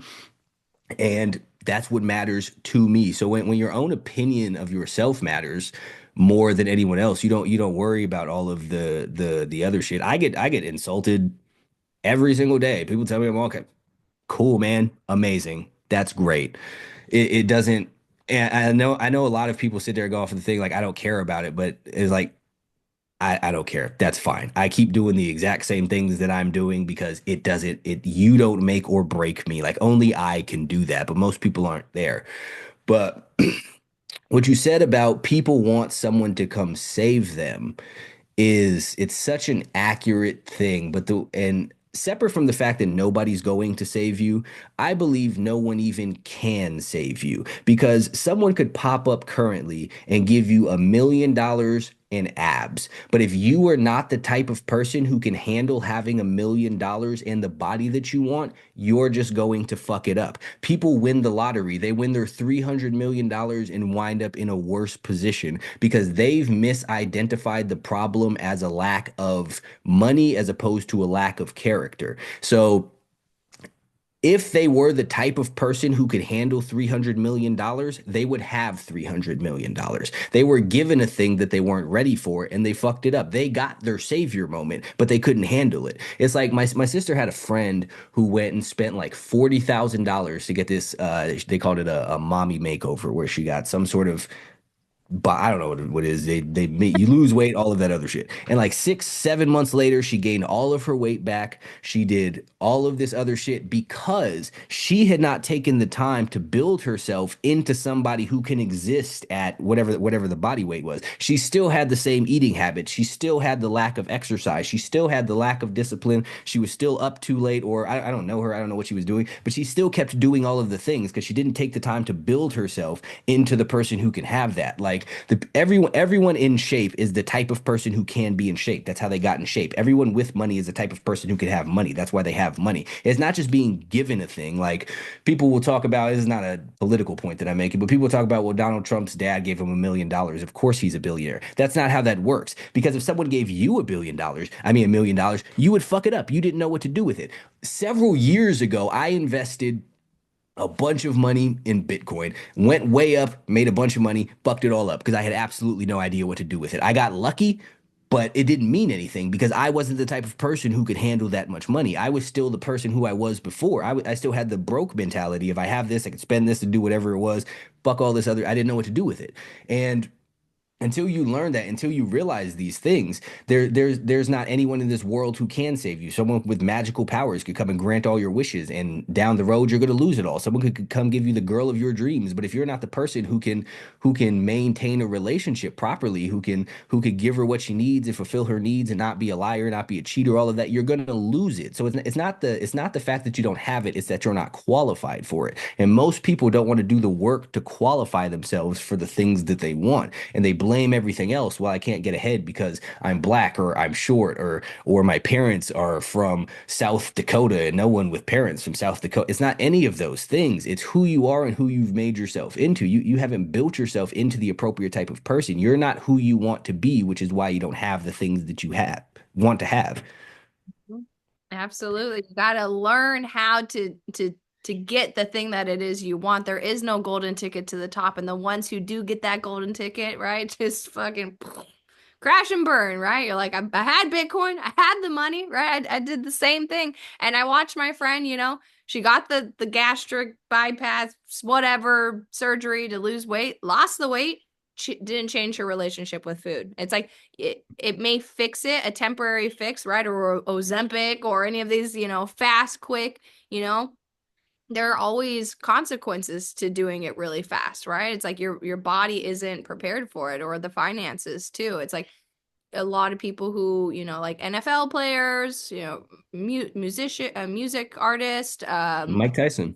yeah, young 20-year-olds on YouTube who get millions of dollars and then just blow it or crash their McLaren or just because they're not used to it. And so then they just fuck it up because they weren't given the knowledge. It's like you have to grow with it. I used to not even know how to write out $1 million because it wasn't even in my realm. I didn't know what $1 million looked like. I was like, here's 100, here's 1,000. How many zeros go behind a million? I don't know. Because I grew up in a very, people who have money are like evil. People who are rich, you don't want to associate with them. Like they're only out for money. So me growing up with that belief, I never wanted money. Every time I had money, I was doing everything I could to get rid of it. Why? Because I had that belief was like, oh, money makes you evil. So I'm like, I don't want my money. I'm going to spend it on all my friends and buy random people at the bars drinks and buy clothes that I don't need and buy a dog. Just get rid of this money rather than saving it and investing it and being smart about it. But that's something that I learned through not knowing about money, and that it doesn't make you evil. It actually just opens a lot more doors for you to be able to help people. And, just because you have money doesn't make you evil or not evil. It's just there are some people who have money who are jackasses and some people who save the world. Like I think Tony Robbins is feeding 1 billion people or something like that. It's incredible. Um, but yeah, it all comes down to your mentality. It really does. Like, what's your mentality on life? Like, your attitude. I'm a big believer that your gratitude will change your attitude. So, when you feel like being, ungrateful, you think of that guy like Nick who has, 60% of his body, right? And is doing remarkable things, not because he had everything given to him, but because he recognizes what he does have and focuses on that, right? Energy goes where attention goes where energy flows or something like that. It's like what you focus on is what amplifies and gets bigger and bigger. And Tony Robbins talks about that. He's like, if you focus on all the negative and sad shit, he's like, my mom beat me. He's like, but if she didn't do that to me, then I wouldn't have the relationship I have with my wife. I wouldn't be the person that I am today. I wouldn't have all of these things. So rather than looking at all of the bad things that happen in your life, like this is like doomsday victimhood mentality, like a sad, sad, sad story, you could take all that pain and you actually have an advantage over the people who haven't had a sad story. The people who haven't had a sad story or had things or adversity or been given that opportunity to fortify their minds, right? They go in search of fucking up their own lives, right? Like people who haven't had these things happen, there's a part of us that feels like we need to overcome something or achieve something. And the only way to do that in our minds is like, oh, well, you started from this and you became this, right? It's like Donald Trump. Sure, he was given $1 million, but he made what was it, 100 million, so much million billion. He became like he worked that money. It's like other people who are given 1 million, would tank it. They're like, I'm gonna buy a car, I'm gonna buy this, I'm gonna, $1 million is really nothing at this point. It's like it used to be. Now $1 million is like, oh, cool. You could buy like a tiny little shack house in California. Facts. I say all of the time, Batman's superpower is trauma. So all of the bad stuff that happens to you, it could be your origin story or the reason that you never do anything. It's all in what you choose to do with it. Most people choose to do nothing with it. But I agree with your brains are wired to seek out things to overcome. That's why if you people want their life to be completely free of problems, right? But every single thing that you watch on TV, every video game that you play is based on people overcoming problems. Like your only entertainment is people being presented with and solving problems. No one just wants to watch a 2 hour movie about a pleasant dinner conversation where everyone just agrees on stuff and laughs. That's weird. So even the game shows that you watch is they have a problem, they have to solve the problem, they get money. You watch sports, the problem is the other team. You watch the Avengers, the problem is the world is going to whatever. So people try and create these things in their own life, but they want to avoid they think they want to avoid it, but then go and try and create it. That's where you come up with the stuff of, oh, my past was sad, because now you have something that is a problem that you've created. And when you have no real problems, things that aren't actual issues start to seem like the end of the world. So like, oh, I'm sad now, so therefore I'm depressed and my life is terrible because I don't feel good all of the time. But when you actually have things that you're working towards, when you actually have things that you're trying to overcome, whether that be your laziness going to the gym, whether that be beating your addiction, whether that be trying to level up your life, to make more money, to grow a business, whatever the case may be, you don't all of those trivial things don't really matter anymore, because when you wake up and you're trying to do the whatever the things you said you were trying to do, and make the podcast and work on your relationship and coach other people to be sober and just advance your life, you don't have time to be like, well, when I was 12 no one invited me to their birthday party. Like you don't have time for any of the silly shit, but people go so out of their way to make their life as easy as possible and not have anything, that they go and try and create it out of dumb shit. Yeah. I remember because I lost my father in the same year that I lost both grandparents and my aunt. And I'm not saying I wasn't close to my aunt and my grandparents, they were my stepdad's side of the family. So they were new family, and I was very sad when they passed away. Absolutely. But it was not the same sadness I experienced when I lost my dad. That was somebody I knew my whole life, that was close, but I chose to milk that situation in benefit of me doing nothing with my Hmm. life. I was like, I just like, how can I think about a job? Like, I need a drink, or because I just lost, my aunt, my grandparents, and my dad. Like, you haven't had that happen to you. And it almost became like this like story that I told myself to excuse the fact that I knew I wasn't doing all that I could be doing. And then that was the part that was unsettling. That was when, when people would judge me, it's like I would change because I didn't want them to judge me, because I couldn't love myself. I wasn't able to just say, "Oh yeah, this is me regardless of your opinions." Whereas now it's like, "No, this is who I am. If you don't like it, like take a fucking hike." Honestly, it's like it is what it is. I'm not everybody's cup of tea, and that's okay. But you just make excuses, and those excuses shape your life, right? You can say like, oh, I'm sad, I'm sad, I'm sad, and live in the past, right? and say that I'm a depressed person. And I told you this last time, right? Like Andrew Tate would say, is like, people will fight me till they're blue in the face that depression is real. He's like, but wouldn't you much rather live in my narrative where it's not real and that sure you can feel depression, but not be a depressed person that is taking on that identity? But people will fight you and fight you and fight you. And yes, they'll come up with those really extreme examples, right? It's like, well, my brother was born with one eye and half of an arm and whatever. It's like they give you those extreme examples because yes, they're fighting against positivity to excuse the fact that they're not doing what it is they know they should be doing. And Jeff Bezos says that you're not stressed because of things that are out of your control. You're stressed because you are in control of doing things in your life and you're just simply not doing them. That's what causes stress. And I'm like, yes, right? It's that list that you have that you know you should get all these things done. Be like, I'll do it tomorrow, right? Like, I need comfort. Like, no, get one hard thing done and then, fuck off for the rest of the day. But at least you could say that you got one thing that you should have gotten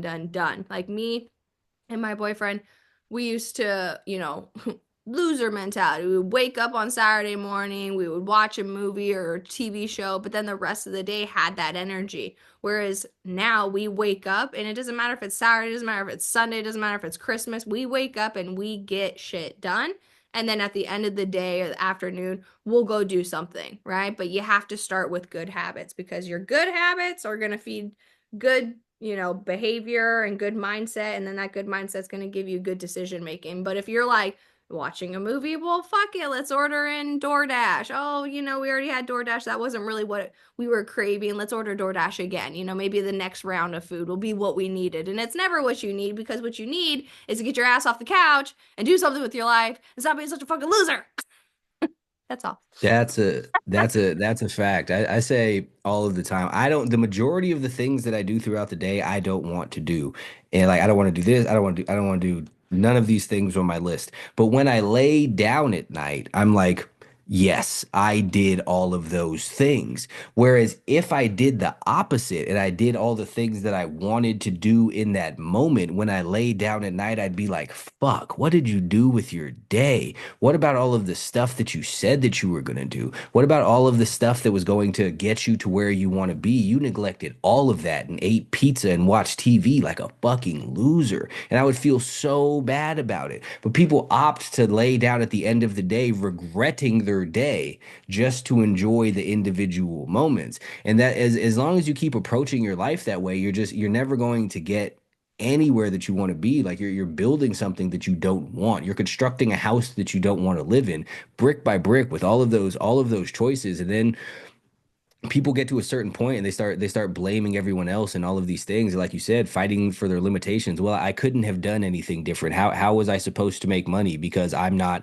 a straight white male? Or how am I supposed to do this when I didn't grow up in a two-parent household? And it's so easy to blame stuff. You tell people that they don't have to be. You don't have to be depressed. You're not depressed because your brain is broken. You're depressed because you're making the wrong decisions, and they get so mad about that because the accountability doesn't feel good in the moment. I understand it sucks to look at your life and be like, man, I fucked this up and it could have been better. But it's even worse to look at your life and believe I'm here and there's not a goddamn thing that I can do about it. It's even worse to think that this is just my fate and it's just what the universe has doled out to me because of some caring and or uncaring and unloving God was like, this is your path. You can't have any enjoyment. So while it sucks to accept that you did it, that also gives you the power to change it. And when you take the depression thing, once you accept that it's a result of your actions and not just your brain being wired wrong or something, then you could change the actions to get rid of that feeling.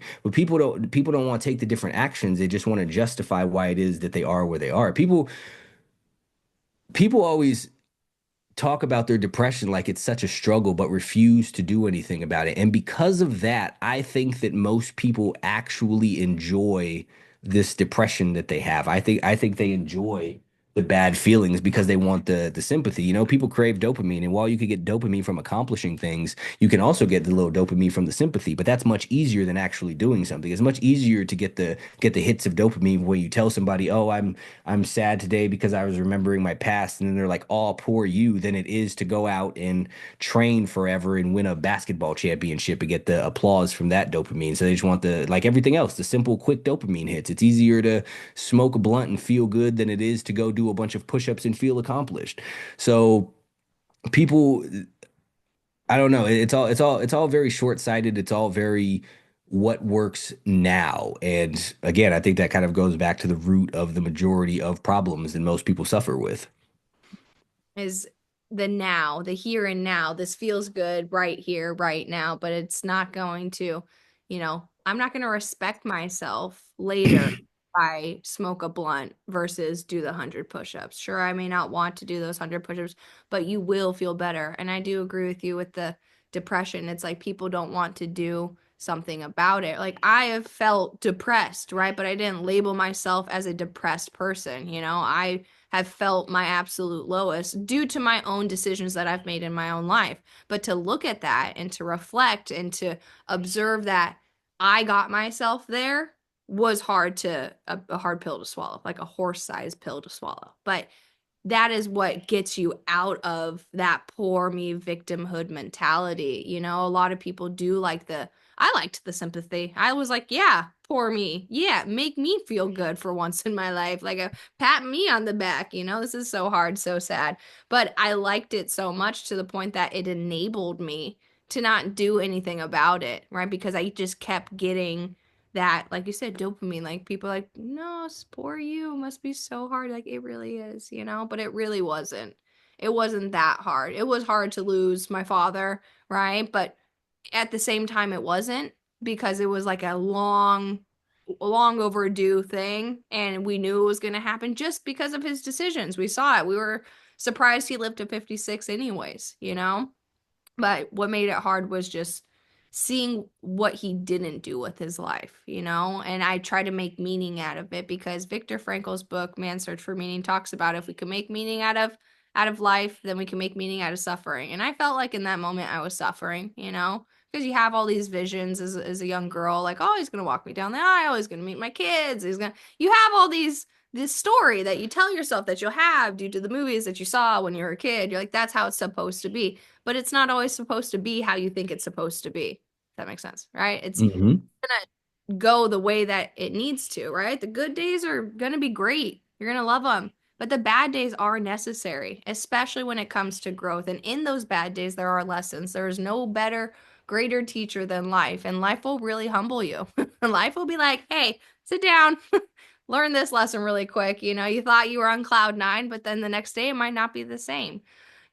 So it just, you can't make the excuses that you make on a day-to-day basis. I mean, you can, but it's not going to get you anywhere. And I think people underestimate how powerful the human mind really actually is. They'll tell themselves that my brain is wired differently and this is why I'm not good at X, Y, and Z. It's like, no, you just haven't put in enough reps, because anybody is able to be good at something, but you have to even if you're, let's say, a slow learner, versus somebody who learns very quickly. Maybe you just need to learn a different strategy on how you're learning. Maybe you're not a visual learner. Maybe you're a audio learner, or writing it down, or being taught it and demonstrated, like learning about yourself rather than just saying, oh, I could never be good at blank, right? It's like, yes, you can. You just have to put in the repetition. And that's because people don't understand how powerful our minds are. Like, this is why I say positive shit in the morning. I make sure I do my gratitude list. Like, what am I thankful for? Right when I wake up. Like, as soon as my eyes wake up, that's the first thing that I do. And I've been doing that over the past like 4 or 5 months. And I'm telling you, it's a game changer, because you wake up and your brain naturally wants to be like, oh, well, you're not here. You don't have this. You didn't do that, blah, blah, blah, all these things. But if your mind's direction right in the morning is gratitude, gratitude will change your attitude. And sure, the guy with, 60% of his body, he could wake up and be like, I literally am missing parts of my body. I should be the most miserable person. But why is somebody who has less have more? Because of their mentality, because of their attitude, because of their outlook on life. And that can make or break a person. You could be, oh, I'm just fucking poor, broke, dadless, sad, this depressed fucking person. Or you could be like, yeah, sure, those things are a part of my life, but that's not who I am. Who I am is who I'm working to be every single day. And it's going to take reps doing whatever that is. I would love to be a millionaire. I think that would be great. I would love to be able to have that financial bracket, but I have to put in the work, and I'm okay with that. I'm okay that, there might be a 20-year-old who's a millionaire and I'm 29 and I haven't scratched, even the surface of a million. But that's okay, because I'm learning as I go and I'm rich in other ways, but it's putting in your dues, putting in the time, and just recognizing that even if people were given the million, they won the lottery, or they're given, however they got the money, like they were given these things, they could either crash and burn or they could do really great. But there's enough room for everybody to win. And I think that that's one thing that I really had to realize, because when people would win, and this was my past, I'd be like, oh, it's good for them. Fucking lucky them. Well, I wish that would happen to me. Like, Must be nice. must be nice. But then I recognize that that's the energy I'm putting out. I'm putting out like envious, jealous, nasty, don't want other people to win energy. And if I want to win, I have to be excited for everybody else around me winning. And that's something that really, stuck with me. I think Elon Musk was talking about that on an interview with I don't know who the other guy was, but he was just like, everybody can win. And this guy's like a trillionaire. So, I mean, shut up, Elon. But it's like, everybody can win. And there's enough money, there's enough clients, there's enough uh, food, there's enough of everything for everyone, really. Yeah, and that's the thing. I say again all the time, anyone can be successful, anyone can get rich. And people will say, well, everyone can't get rich. And if nothing else, because of the fact that rich is a relative, sure, that's true. But the fact that everyone won't do it just makes it even more true that anyone can do it, because everyone's not going to do all of the things necessary, but you can do all of the things that are necessary. And that's what matters. You have the ability. Everyone has the ability. They just don't take it. So what they're going to do is of no relevance to what it is that you do. And your mindset, your perspective, all of that shapes every single thing. It creates the entire world that you live in. Like, we all live in the same world, but we don't all experience the same reality, and that's based upon our perspective, is based upon our mindset. So you are always going to live out the story that you tell yourself. You're never going to be able to do anything that you don't believe that you could do. The person who goes to the gym every single day and sticks to their macros and sleeps properly does so because they believe that doing that will get them in shape. But if you don't believe it's going to work, you're not going to do it, or at the very least, you're not going to do it for long enough that it's required. So all of those things, all of the stories that you tell yourself matter. The way that you talk to yourself matters. Like, people say all of these negative things to themselves. I have no confidence. I can't do this. I can't do that. And then they wonder why it is that they never do. And they think that they're observant and realized a thing, not realizing that these things aren't happening because they're telling themselves that it's not going to happen. So when you view the world in a certain way, the world will always be that way. If I'm driving around and I believe that the police pull over black people every single time that I get pulled over, it's going to be because I'm black no matter what happens. It doesn't, I'm not going to take the time to see, oh, maybe I was speeding, maybe I was swerving, maybe I didn't signal, maybe I wasn't driving right.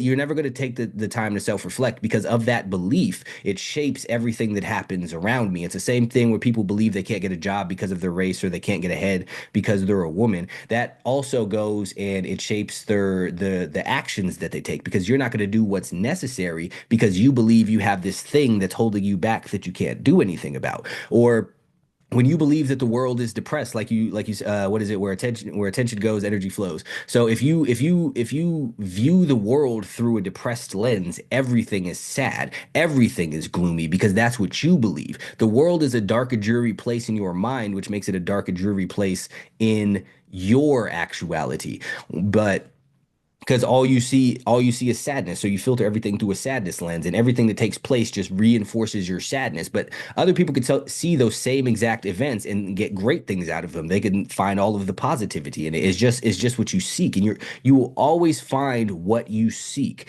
And most people seek out negativity, so they find negativity, and they believe that that's the world because it's what it is that they're looking at.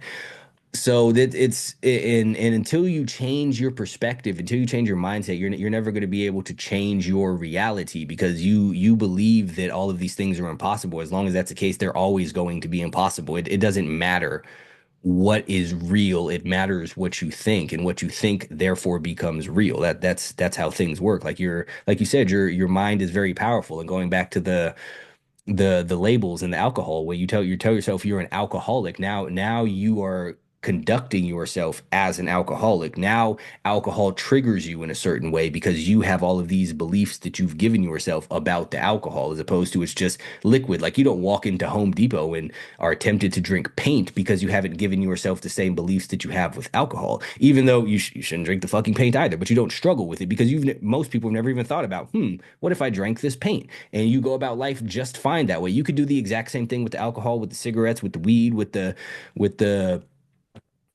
I don't know, whatever other thing it is that you with the food, you could do all of these exact same things if you just tell yourself a different story about it. Yeah. The story you tell yourself is so important. It really is. And there's a singer, I'm just thinking of somebody drinking paint now. I can't get that in my head. Big old can of paint and he'll be like, what are you Yeah. doing? But NF, he's an artist and he has this one line. It's every single day you wake up and say that you're not great. It's not that you're not great. It's because, that's what you're saying every single day. Is like, I can't get the fucking line right, but that's what he says essentially. And it speaks volumes because what you do say, our words are so powerful. Like I do believe, certain words can crush the human soul because things that people said in the past you carry with you today. Like, oh, when I was 12, I wasn't invited to the birthday party because people didn't like that, I burped or whatever. You remember these things. And so the things that you tell yourself are so pivotal. Sure, you can't control every thought that comes into your brain like you were saying earlier. It's like you can't control these thoughts, right? And even when I read Live Like a or Think Like a Monk by Jay Shetty, he was like, as a monk, we're not like, like we just sit there in peace and think about nothing. He's like, there are thoughts that come in. He's like, and you learn how to categorize them and control your thoughts. And it if you say I can't get sober, I can't stop drinking alcohol, I can't stop smoking cigarettes, I can't be a better partner, well then you won't. Not because you can't, but because like you've already determined that destiny for yourself. You believe in that. But if you believe that you could, and that's where it becomes hard because sometimes you have to be a little delusional in the beginning to believe it. But that's okay because I would rather be delusional to believe that I can stop drinking alcohol, even though I've drank it for 10 years, 12 years. I would rather be delusional and have a positive future than be delusional and say, I can never, right? To say that you can never do something is insane, right? To really believe that you can't do it, it's like, no, you just have to figure out what it is that's stopping you. And there's something that's you don't like about yourself. Oh, when I drink, it gives me confidence. Okay, well, when you take that alcohol away, all of a sudden you don't have confidence. So is it safe to say that you never really actually had confidence? Like something that you have to build and work on, you can be a good conversational could have good conversations, you could be a profound speaker, you could be smart, you could not drink and be yourself and have deep intellectual conversations, but you're going to have to do it enough times in a setting where maybe you don't feel super comfortable and you're going to have to be uncomfortable. Like I actually had to have conversations without a whiskey sour, without a that was the drink, whiskey sours or tequila, and you're going to have to build that confidence naturally, but it is possible. I remember in the very beginning, I was like, oh my God, I'm so fucking uncomfortable.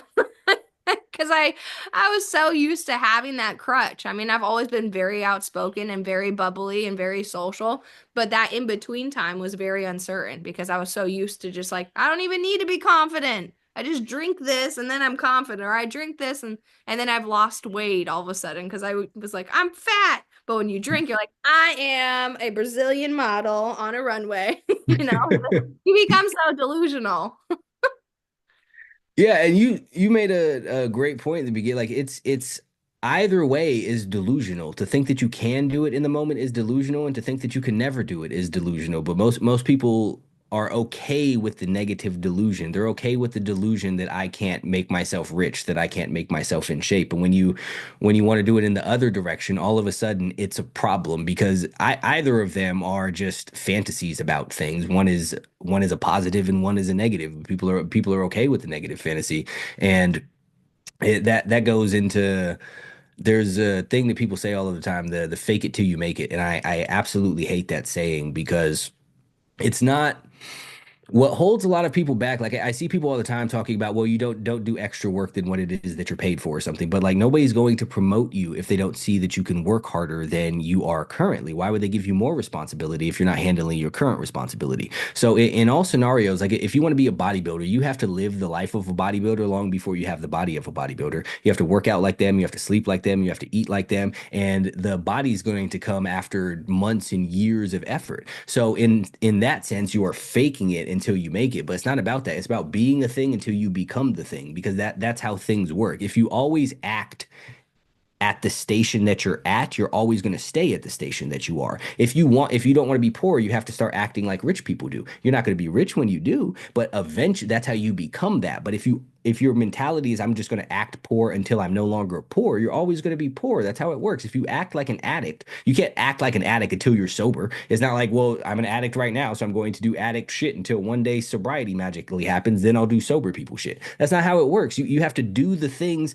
to condition yourself into that, because you've conditioned yourself into the poor person, the fat person, the addict, the lazy person, the procrastinator, the person who lacks confidence. Like you've conditioned yourself into all of those things. So even going in the other direction, you were acting like an addict long before you were an addict. You were acting fat long before you were fat. So you were being that until you became that too. It's just a thing that you didn't want to be. So all things are you have to, again, with the mindset still, you have to have the mindset of a successful person before you're going to be a successful person. You can't have the mindset of a failure and then become successful. That's insane. The thing comes along the journey. And going back to what we were saying before too, with the failures and the successes thing, and the people want X. I think that a lot of people completely misinterpret the thing. Like I like to say there's no such thing as failure, and there's also no such thing as success, because some things aren't going to work out perfectly. That's fine. If you don't stop there, you haven't failed. You just keep on going. And then when you get to where you want to be, if you when you get in shape, there's no way that you could get in shape. You get the chest, you get the biceps, you get the abs, and then now you're just magically in shape forever. You have to keep working on it, right? So there is no real end destination. Whatever it is that you accomplish, you have to maintain and keep going. But people want to get to a point like they do. They get the mommy makeover. They win the body because they've misinterpreted the point of the stuff, that they thought looking like that or having that was the accomplishment. No, the accomplishment is the person that you've become that has that. The accomplishment is the person that you've become that has an amazing partner. The accomplishment is the person that you've become that can run a multi-million dollar business. Because any of these things you don't just get to have. You can have the most amazing relationship in the world, but I guarantee you stop spending quality time, you stop talking to each other, you stop the communicating, you stop intimacy, you stop dates and all of that stuff, your relationship is going to fall apart. Everything requires maintenance, and that's what life is about, is the maintenance or the creation and the maintenance of things. But when you overlook all of that, that's why you wind up getting impatient about stuff like, well, I went to the gym and I want to get in shape. But the in shape isn't the result, it's a byproduct. You're like who you are is the result. Just like the money's not a result, it's a byproduct. The relationship is a byproduct. So I think that lens prevents people, or that worldview prevents people from doing the things that are necessary, because they've misinterpreted what the game that they're playing is. Yeah, absolutely. I say the same thing. I'm like, this is a marathon, right? It's not a sprint, but this marathon has no finish line. You just keep running. Well, the finish line is dead. Finish line's just you don't have it. And that's just when you take your dirt nap, you know? That's when you're That's done. it.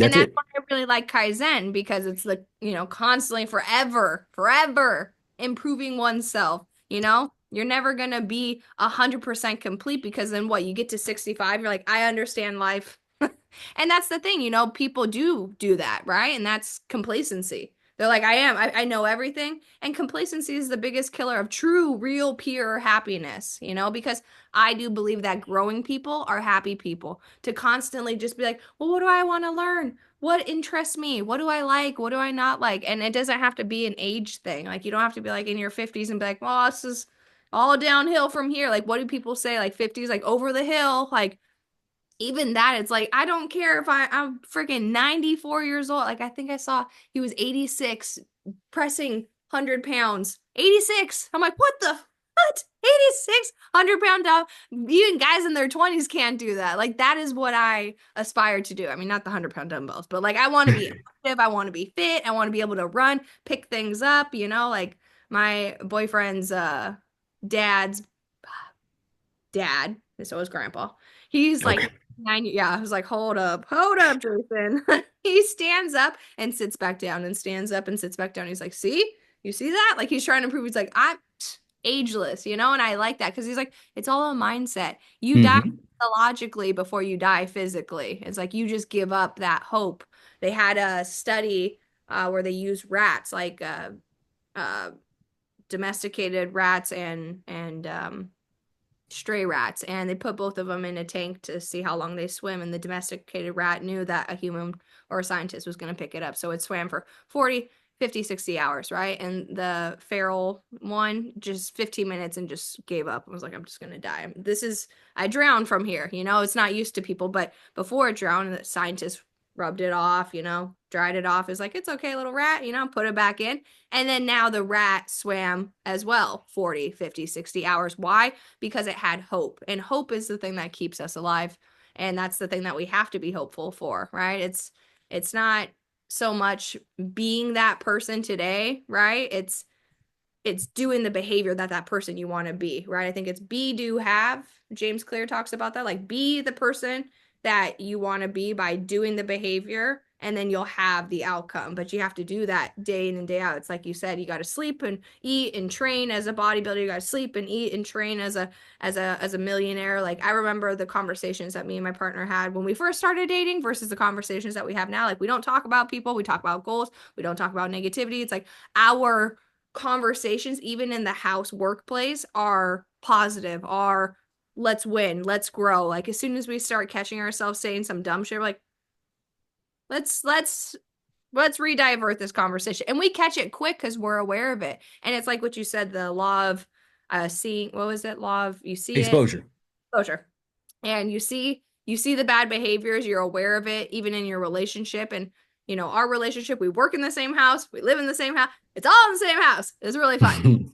So we recognize it, we're aware of it. Once you start to see like low vibrational conversations, like we'll go visit like, like friends or family or people that we're around, and we're like, no, this is why we just hang out with each other because it's really hard to find those higher vibrational conversations. It's like, I want to talk about big things and growth and learning, but you have to find those people by being that person first. It's like, you don't have a seat at that table yet. You gotta put in the reps and then they'll invite you to sit at the table.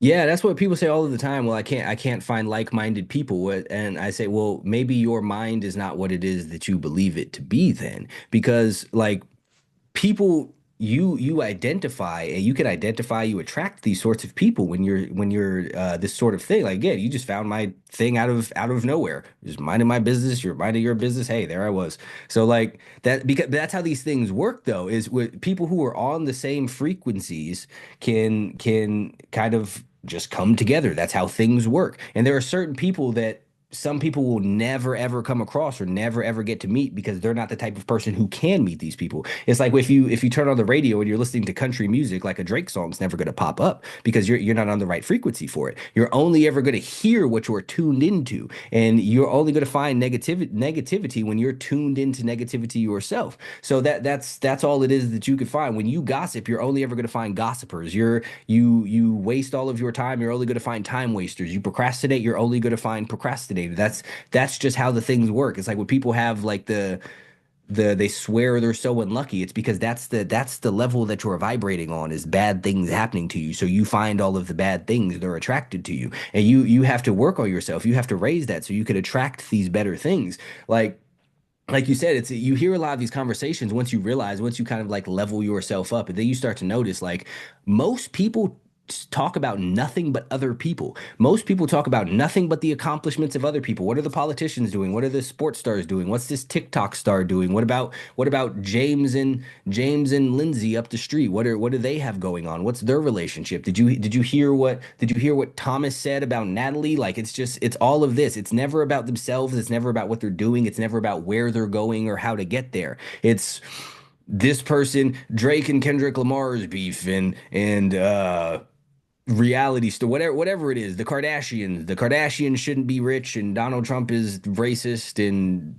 all of this. It's never anything that's conducive to their own betterment. It's not what steps did you take towards your goals today? It's not what do you think about the concept of fucking solipsism. I don't know. It's never anything worthwhile that expands your mind and expands your being. And once you get to that level, it's really hard to be around people doing the other shit because like I don't have anything to contribute to this conversation. And not only do I not have anything to contribute, I don't want to contribute to this conversation.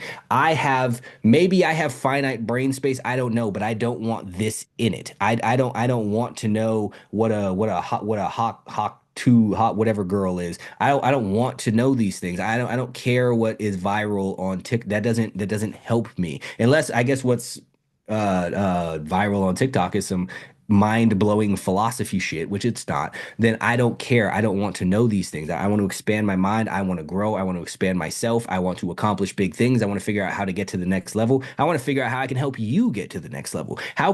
What value can I add to your life? What are you struggling with? What do you, maybe you don't know what to do when you're not feeling motivated. I can help you with that. What can I help you with? What can you help me with? What can we help each other with? How can we grow?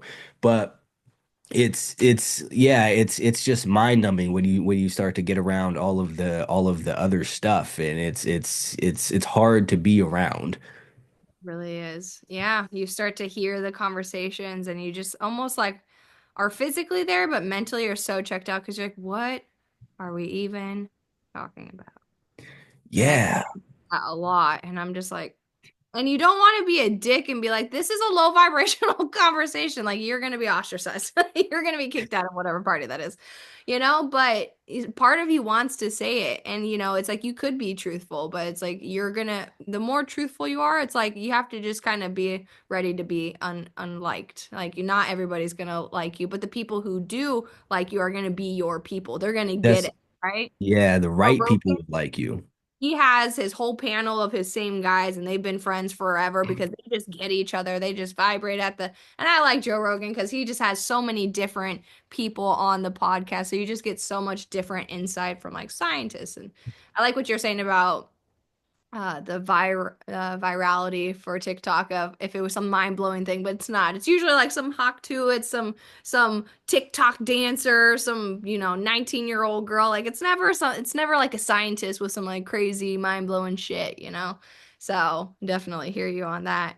But yeah, it's it's being that person that you want to be and knowing that you're not going to have a seat at every table quite yet. And I remember crying to Lou and being like, I'm a loser. I have no friends about like a year ago because I was distancing myself from my old friend group. I wasn't close to the people who were up and over here yet, right? So like I started at the same level as like my friends, but I started, journaling, dieting or meal plan, working out consistently. I've always worked out, but like I toppled it with drugs. So it was like, was I really working out? And and reading and taking courses and getting life coaching. I'm way up here, so whether and Snoop Dogg talks about this, like you can come back down to their level, but you drop down, you lose. They could come up with you and be inspired. They most likely won't. So they get left behind. And then you're just kind of floating here in this own realm of your own. And you're like, I'm a loser, I have no friends. And it's like you really don't need friends if we're talking about that. But you are now so much closer to the people who are up here. So it's like you are evolving, but there is going to be that in between time where it's like you are figuring yourself out. You are leaning into the stronger characteristics that it is you do have, right? And you're unlearning all of the bad parts of yourself, right? Like the conditioning. It's like, oh, okay, these limiting beliefs, these labels, these this, that, it's like you put a cap on yourself by doing that. And it was very frustrating because I didn't even see my potential. I didn't even see that I was capable because I lived in that narrative. And it wasn't until I met my boyfriend who really like,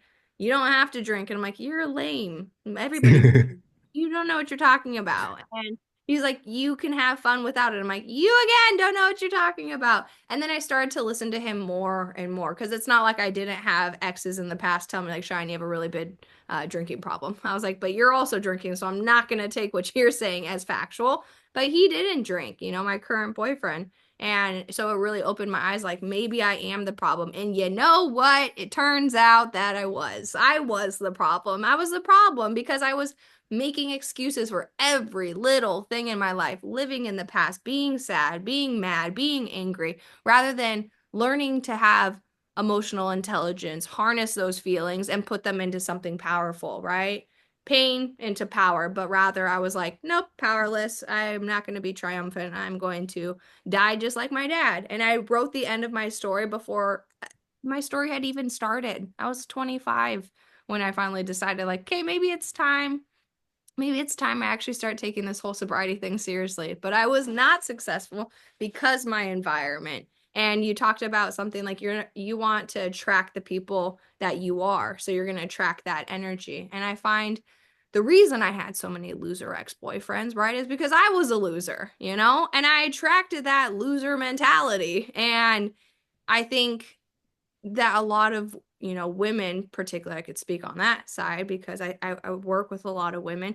They pick partners in the midst of their drinking, right? And they drink and then they stop drinking, and then they realize that the partner that they picked isn't somebody that they actually want to be with, and now they have that hardship of, I'm not drinking, but maybe I'll come back down. I'll start drinking again so that way I could stay with my husband. I could stay with my boyfriend. I don't have to actually change, you know?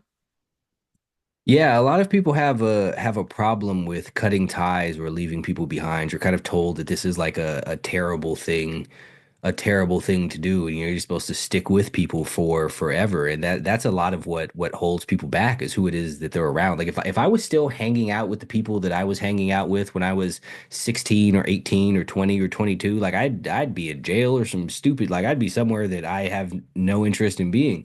And everyone isn't going to want to climb the ladder, so to speak, with you. And that's but most people will take that as an excuse to not climb themselves. It's like, well, they're all down here, so I'll stay down here too. But it's like if you don't want to come with me, that's fine. But I'm not going to stay in this hole with all of you. You do your little hole thing. I want to get out of it. Yeah. And just like you said, while you're climbing that ladder, it's going to be lonely climbing the ladder because they don't want to come with you, and the other people that you're trying to get to have a head start. They're farther up the ladder, so you have to take a large part of the climb by yourself, and it's hard because the more you climb, the more tired that you get, the harder that it becomes, and that's when you start to be like, man, I wish I had someone to talk to about this, or I wish I had someone who I could just chill here on this little ledge with, and we can regroup and plan or something. But you just gotta push through that. And I think a lot of people quit when it gets lonely because they're not used to being alone. Like most people aren't good being by themselves. Back to again because they're not good with who it is that they are. But if you keep going, that's when you come to the point where you start to be really you. Because it's hard to figure out who it is that you are when you're always surrounded by other people. It's hard to know what's true to you when you're always in your echo chamber and all of that stuff, and you're worried about these people being happy and these people liking you or fitting in with them, or you can't really explore as much. And if you're afraid to be alone, you could explore even less because you don't want to maybe do something that's going to get you ostracized or kicked out from that group and get you exiled, so to speak. So you kind of just do what everyone else is doing, and then you just become an amalgamation of all the people that you're around as opposed to you. So the lonely part of the journey is still a very important part of the journey because that's who you build yourself. That's where you build yourself into the person that's going to attract the people that you want to be around. So that's the most it's the hardest part, but it's the most important part. And the hardest part of anything is always the part that's most worth doing, that's going to have the biggest return. You have no risk, no reward. That's how things work. Even if you invest, the more money that you put in, the more money that you could get out, but the more money that you could lose. So, and you have to be kind of higher leveraged in those positions to get the most out of it, to become the best you have to go through the difficult, the loneliness, the damn, I'm a loser, damn, no one likes me, damn, I have no one to relate to, I feel like it's just me all alone by myself in this world. And here, what if I never get anywhere? What if I should have stayed where I was? Maybe I should go back down the ladder. Maybe it's not even worth it up there. But when you push through it, and then you realize, okay, you start finding people, you start attracting people. And you said 25, like you got started young. I was still making poor decisions when I was 25. I didn't start doing, I mean, I didn't really get to even the sort of path, so to speak, that I'm on now until I was like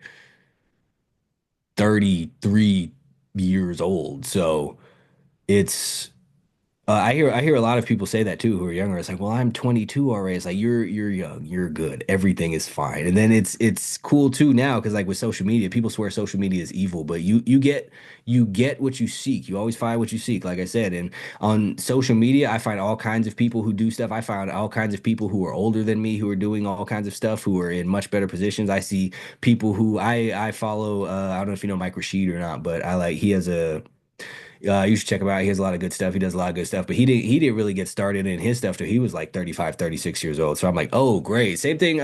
Wes Watson was in prison till he was 35, 36 years old and got out and started doing stuff. So I always seeing the people who got started. I know it's not later in life on in the overall frame of life, but seeing the people who got started later in life has always been a thing that's like helpful to me because it's like, dang, maybe I thought for a long time like why I fucked up when I was a teenager. I fucked up in my 20s, and this is just it for me, you know? So again, that's the law of exposure. You see these things, it's like, oh, it's never too late. And that's a thing that a lot of people think is they're like too old or their time has passed. That's never the thing. You can always get started. It doesn't matter if you're 60, 40, 50, 70, whatever it is. You as long as you have time left, you have time to work towards who it is that you would like to be and who it is that you would like to become. Because at the end of the day, the only thing that even really matters is this current moment. Like people say with the sober thing, I've been sober for 4,012 days, or you've been sober today. Either way, you didn't drink today, and that's all that matters is today. What are you doing right now? The past, I mean, for all intents and purposes, might as well not have even happened. It could be anything. If yesterday the world got destroyed by dinosaurs and it's like it is, it doesn't matter. None of it's real anymore. It's all done. It's already been written, and whatever you do can't change it. I heard some guy's podcast, and he was like, after it was 7 or 14, I can't remember the extra date. Once you're sober, like physically sober, like the alcohol, the drug, whatever is coursed out of your body, you're sober. He's like, you can't get more sober than sober. He's like, after that, it's just a choice, and that's the choice that you continue to make every single day in and day out, to just not drink. But that's Yep. taught with, not smoking cigarettes, not doing Adderall, not doing coke, not doing heroin, not doing meth, not doing whatever the drug of choice that it is that you do, just not doing that because you made a choice some time ago, right? You made the choice today, like, hey, I'm gonna wake up and I'm not gonna be a dirtbag. I'm not gonna be some low life, loser. I'm gonna get my shit together. I'm gonna be a better girlfriend. I'm gonna be a better wife. I'm gonna be a better mom. I'm gonna be a better version of myself. But in order to be that better version of myself, I have to set the intentions for the day. I have to be like, this is what we're doing. And I think so many people just wake up and just mosey on about their day, and they're just like, ah, I guess I'll go to do the laundry, and then I guess I'll do I'll go to the grocery store. It's just like make a plan, make a plan, execute the plan, do something with your life. You can't just go through your life. I mean, you can, but then it's like you said in the beginning, all these people live in the moment, live in the moment, live in the moment. And then they hit their 30, 40, 50, 60, somewhere in their life, right? They're like, damn, I should have taken fitness more seriously. I should have taken a communication class. This is why I like that movie, Yes Man, with Jim Carrey. He just says yes to everything, and Yep. he's no guy, but his life changed not because like he necessarily changed. All he did was just, I'm gonna start saying yes to life. And when you start saying yes to life, you realize that opportunities present themselves.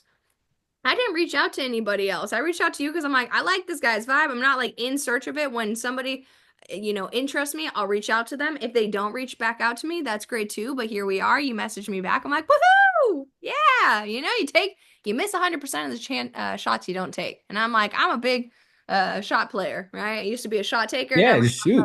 a shoot it. Got And to. and that's why I was really happy that you did respond, because I'm like, it would be nice to, speak to people. And you said it not too long ago. It's like, wouldn't it be nice to like just sit on a ledge with somebody, or where you're out on the ladder and just sit with them and have a conversation? There's been so many of those days.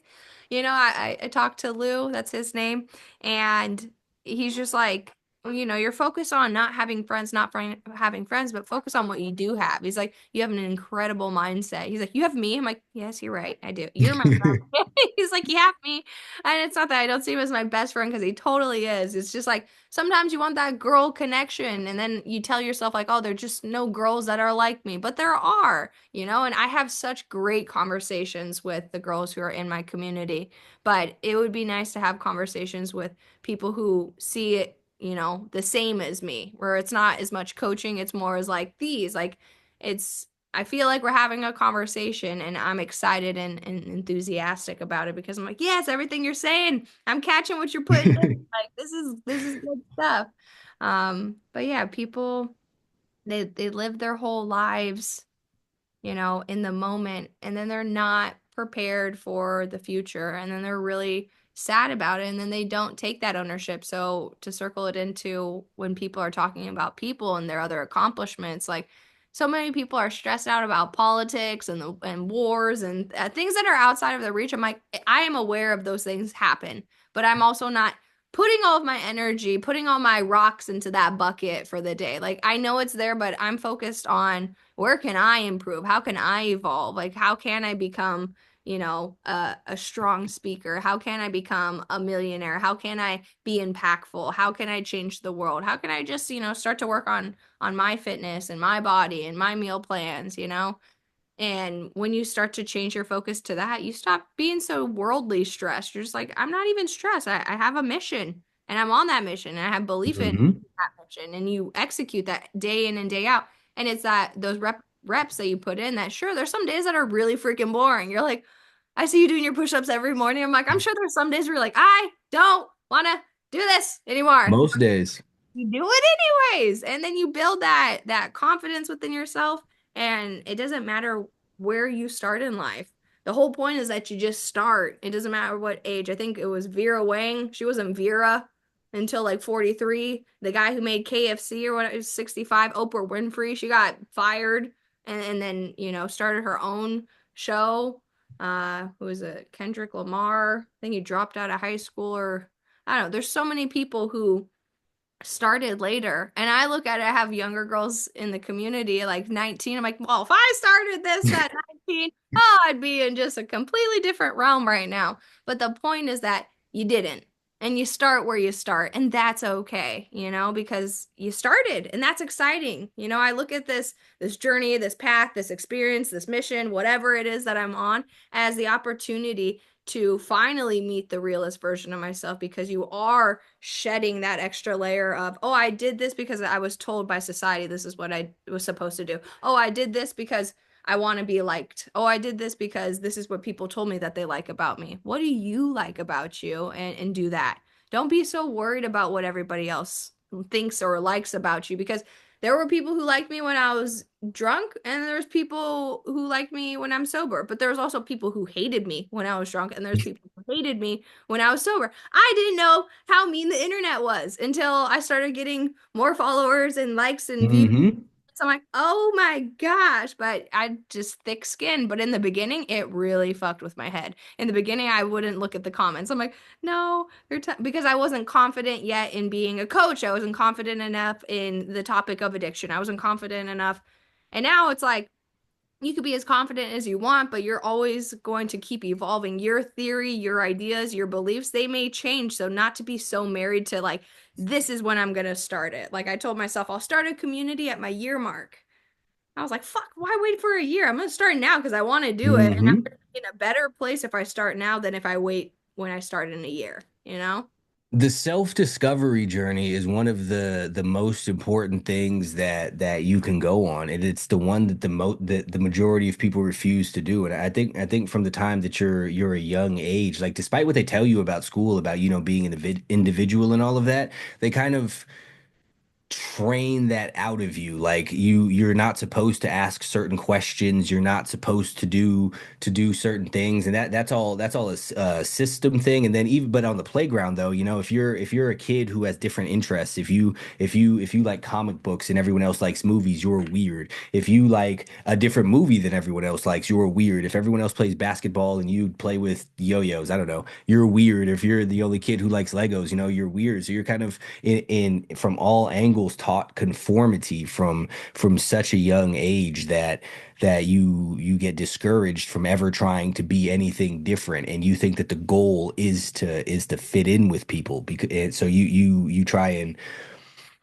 not say things that are going to upset people, not say things that are going to make people attack you. Like you said with the when you first started posting, you didn't even read the comments. And like I said earlier, like this was very weird for me. Like I wasn't on social media until August of 2023. Like I wasn't on there as a someone who watched stuff. I wasn't on there as someone who posted stuff. I didn't have any Facebook, any of that. So when and I always told myself that it was because I thought it was weird or whatever, and I tried to make it like I was better than everyone who wasn't on social media, you know what I mean? Who was on social media because I wasn't off. Like I don't need all of this. I don't need to watch this. I don't need to share my life and see what people are doing.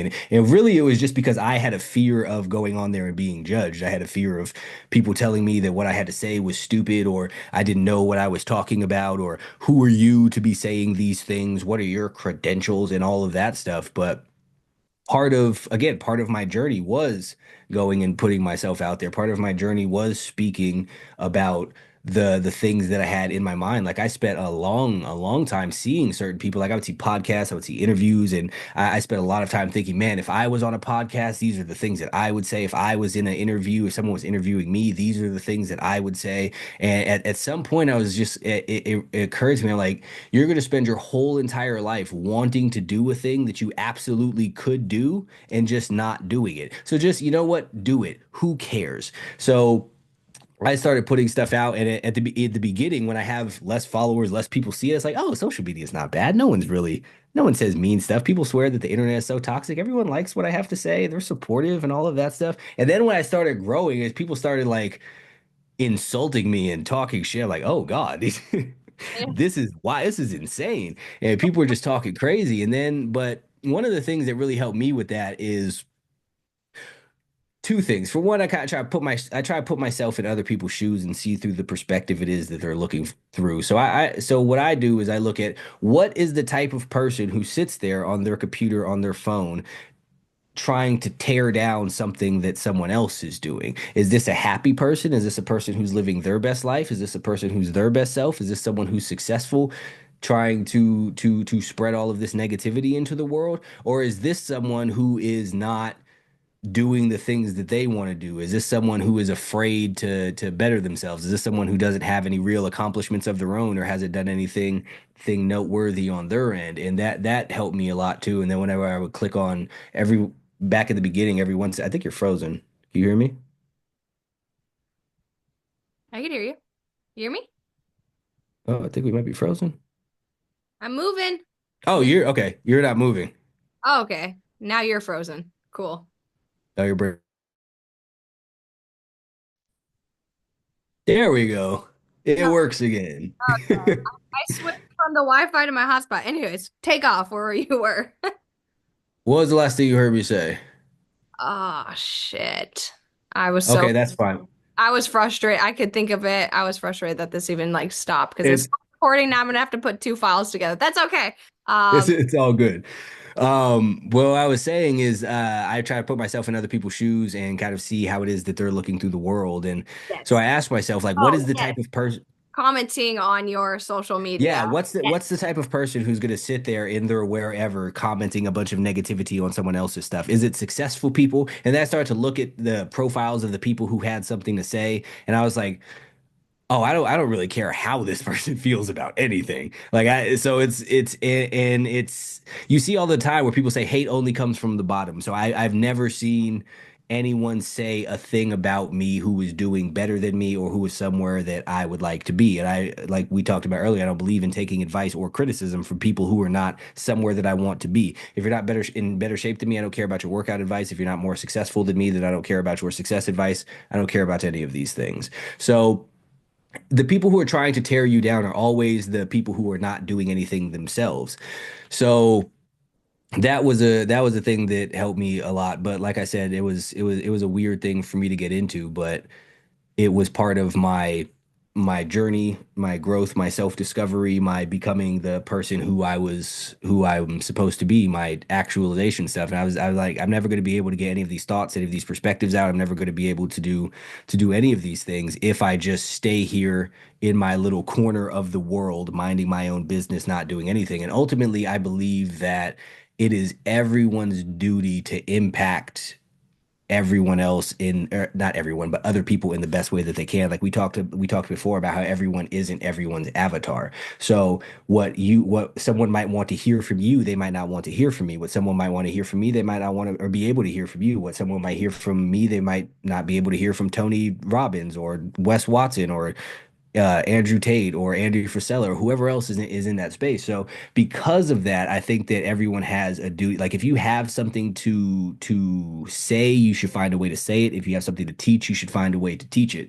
Because a big part of life is the impact that you're going to make on others, and everyone can't impact everyone, but you can create a ripple effect. Maybe I come and I help 1,000 people change their lives, and those 1,000 people each help 10 people change their lives, and those 10 people each help one, and so on and so forth. And it's what was the movie back in the day with Pay It Forward, the Kevin Spacey and the little kid, I think, where you do a kind deed for him, and then you take that, you do something kind for someone. It just kind of like travels on that way.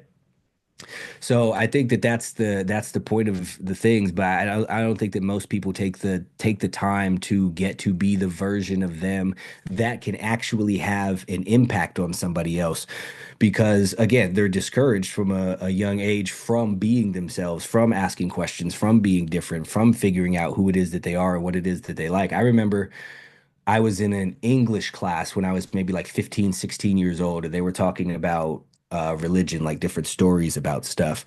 And they said, and it was in relation to Christianity or Catholicism, and they were talking about sins and whatnot. They said the only unforgivable sin was suicide because you can't repent for it. So me, I thought, well, what if someone, say for example, I asked the teacher, what if someone jumps off of a building with the intention of killing themselves, immediately regrets it and repents on the way down before they hit the ground? They've killed themselves, but did they repent? Does that count? And the teacher got mad at me, said I was being a smartass when I was asking a genuine question. And throughout school, a lot of the time I heard the stuff of if you ask an outside of the box question, then they deem you as trying to be a smartass, trying to be funny or whatever it is, and they or it's a inappropriate thing to wonder, or you shouldn't be asking this, you should just accept these things. And that was never me. But so from the time I was young, I was subconsciously, maybe not directly, but told that it's not okay to be who it is that you are. That's not welcome here.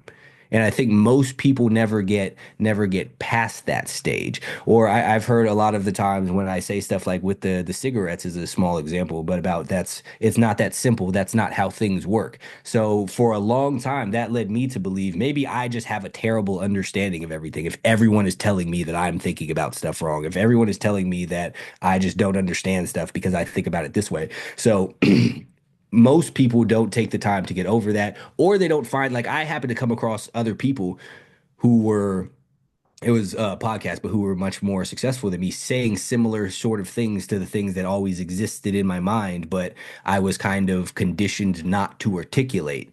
So that kind of got me thinking, well, maybe there's something to all of the things that I think. If these people are doing, if they have similar thought processes and are doing amazingly in life, maybe there's something to this. Maybe I should explore this. Maybe I should take the time to figure out like my true thoughts, my true perspectives, my true beliefs. And like I said, I don't think that most people do that. It's very discouraged, which is unfortunate because I think it robs the world of a lot of positivity and goodness. I think people are extremely capable of doing so much more, but they are limited because of that fear of failing, right? It's just easier to be the same because at least there's certainty that, why even bother trying because I'll probably be a failure. But when you look at anything great, it's taken a lot of failures, like even just, creating the light bulb, inventing the light bulb, right? It's like it took many, many, many of times. He wasn't just like, and light bulb and got it first try, done. It's like most people, it takes multiple, multiple times, even just riding your bike, right? You start with training wheels and then you take the training wheels off. You probably eat shit, but you get back up, you brush your knees. But that's when you're in a kid mindset and you're like, yeah, we try it again, right? But somewhere along the line, you start questioning trying because now there is, possibility that people laugh at you or say you weren't successful or you failed or like, look at her for trying. Like, when did trying become the uncool thing? It's like, I try so hard, but my trying hard has shifted. It used to be try so hard to get people to like me, and now it's I try so hard to be the best version of myself so I like me.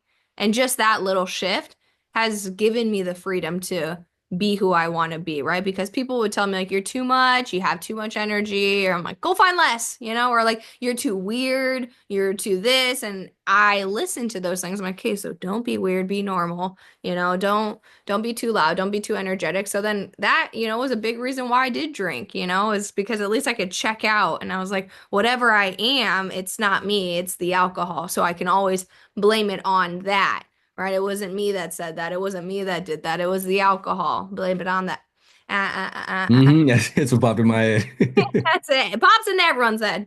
But I think that that's what makes it really hard for people to change that identity because or that part of himself that they don't drink anymore is because they don't have anything to blame it on anymore. Now, if you do something wrong or you say something that you're not confident in saying, now you don't have something to fall back on. And I felt big a lot of that in the beginning when I was posting videos and I was speaking my truth because I really didn't think that my story mattered. I didn't think my voice mattered. I didn't think what it was that I had to say mattered and that just one famous Instagram person had to find my page and post me and say like look at her, like what a joke, she's trying to save people's lives, like she doesn't have these credentials, she's this that like or whatever. And so it was very hard, but I just did it anyways. And I think when you push past that, I'm not going to be liked by everybody, but do I like myself? You're a whole lot more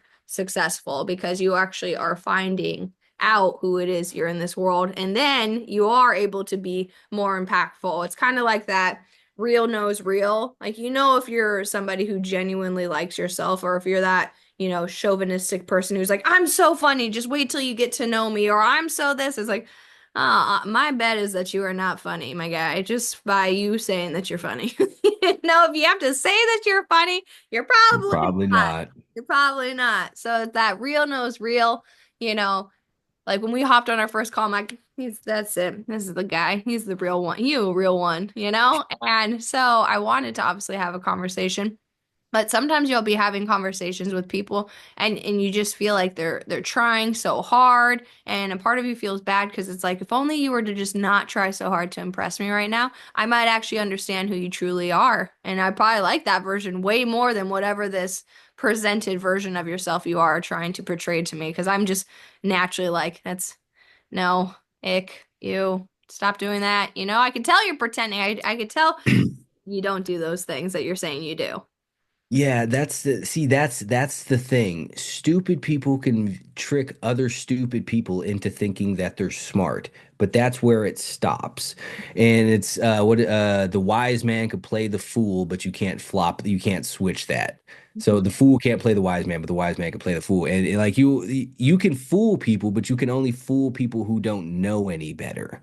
Yeah. And that's the thing is a lot of people get so caught up into presenting this thing of this is who it is that I think that I should be. This is what I think people will think is cool that they don't want to be themselves. And that's also part of what it is like going back to people aren't able to find their people is because you're not being your true self. Like you're pretending to be a certain thing, and the people that you want to be around aren't pretending, but they know that you are because you're not actually doing these things. You're not actually holding yourself to the standards that you claim to have, or you don't operate off of the morals that you act like you do, whatever the case may be. So it makes it also keeps you trapped in instead of just doing the work. Like it's a process, just like building a car. It doesn't just exist just because you thought about the Lamborghini. You have to put it together piece by piece. You have to put yourself together in the exact same way. You have to instill these traits in yourself. You have to cultivate these characteristics. You have to carve out the discipline and the even the integrity. Like lying to people is so normalized, even on the level of just like I'm having a good day today, or Yeah. whatever the case could be. Like these are all things that you have to build in yourself, that you have to train. It's going to be uncomfortable, a lot of it, because at some point in time you're going to realize that you tell people a bunch of these little white lies or whatever, but you're still being inauthentic. You're still a liar, and you do it to save people because it's more comfortable or whatever the case may be. But you get to the point where you realize, damn, I can't keep telling people this stuff. I have to be more honest, and it's hard to do. It's uncomfortable. It's uncomfortable to do the disciplined things. It's uncomfortable to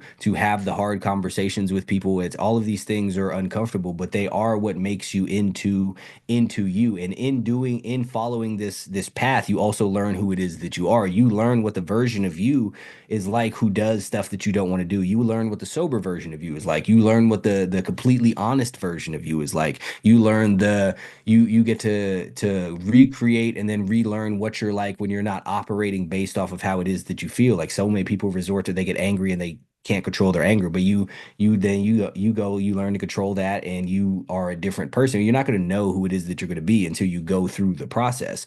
But that's, again, going back to the finding your tribe. That's how it is that you do it, is by becoming someone who can be a part of that tribe. And I don't think that you're even going to truly know what it is until you were there. Like maybe you have a goal. Like I'm not 100%, I don't watch sports, I'm not 100% certain how it works, but I imagine there are some people who go through their basketball, high school, college career with the intention of playing for the Lakers, but get drafted by the fucking Knicks or something. It's like you want to do this, but you can't blanketly pick it, and you're not going to know who your people are until you're ready to meet your people. You might have an idea in your head that might be completely wrong though, and those are the things that you just have to take as they come, and that's is it whole entire intuition thing. I think that a lot of people ignore their intuition, like, or the universe speaking to them, however it is you want to quantify it. And that's like you said, you just saw me and you were like, I should reach out to this dude. And then, like, I get a bunch of people who ask me to, like, I want you to be on my podcast. I'm like, I don't know about this, but you sent me a thing. I was like, I could do this. It seems cool. So you gotta listen to that. You gotta listen to that the little voice in the back of your head that's telling you what to do and what not to do. But most people ignore it in both directions, and they're like, I know I shouldn't be doing this, but I'm gonna do it anyway. Or I know I should do this, but it's scary. So everything that is good is scary. Otherwise, there would be no point of it. hmm Yeah, absolutely. And I like what you said about like you'll know your people when you're at that level. Like when it happens, it'll happen. And when I moved to Miami, there was like a group of girls, they had like nice designer bags and they were like, very beautiful and done up all the time and wore designer everything. And I wanted to be friends with them. I wanted to be at that level. And I'm like from like, TJ Maxx, Marshalls, like I'm like, well, how do I fit in? You know? And I so badly wanted to get invited to the things that they did. And Lou would tell me, he's like, you're not on their level. And I would get so mad. I'm like, not on their level. I'm like, I have so much to bring to the table. They sit at a different table. Like, and then now that I have evolved where I could be at the same table as them, I'm like, Yeah, I don't want to sit there. I don't want to be over there at that goddamn table because it's not the things that do excite me. Like, I'm not a designer, not that there's anything wrong with it, but that's just not who I am. I'm like, wear a sweater, hair up, but like, I like to be comfortable. Like, that's me. And I like to talk and have really intellectual conversations. And a lot of the girls who I did want to hang out, they all spoke Spanish. I don't even speak Spanish. So like what will we have in common? But you think that you want something until you're ready to have that something and then you don't want it. And I think that a lot of people do that in life too. They go and they search for all these things. This will make me happy, right? Like when I get the house, I'll be happy. When I get the house with the island, I'll be happy. When I get the house with the tennis court and the basketball court, like I'll be happy. When I get this, then I'll be happy. But you're constantly in pursuit of reaching something, and it's not bad to want things, absolutely not. But happiness resides inside of us, right? There's a never-ending flow of joy. We pick and determine what it is that sparks it, what ignites us, right? It's like I could just be happy right here, right now, knowing that I will keep evolving, but I'm happy with everything that I have. And I don't believe that you could be blessed with what you want until you're grateful for what you have, you know? And I think when you are constantly in search of what everybody else has or what everybody else is doing, it's like I used to think that my worth was like I have to be vacationing all around the world and taking, pictures of me in Italy and in Greece and like, because that's what all the other cool girls do. And then I'm like, I'll travel when I travel. Like, that's not going to determine my happiness. I'm happy right now being a tourist in my own state, like I'm cool with that. Seeing all the things that there are in Florida. Like, I'm fine with that because me traveling to Italy isn't going to make me happy. It'll be a really great experience, but my happiness does not change from here to Italy. It's like I'm already happy. I'm already full. Something that I get or something that I gain is not going to change that. It will heighten it, sure. I'll probably be like, yes, and pasta from Italy.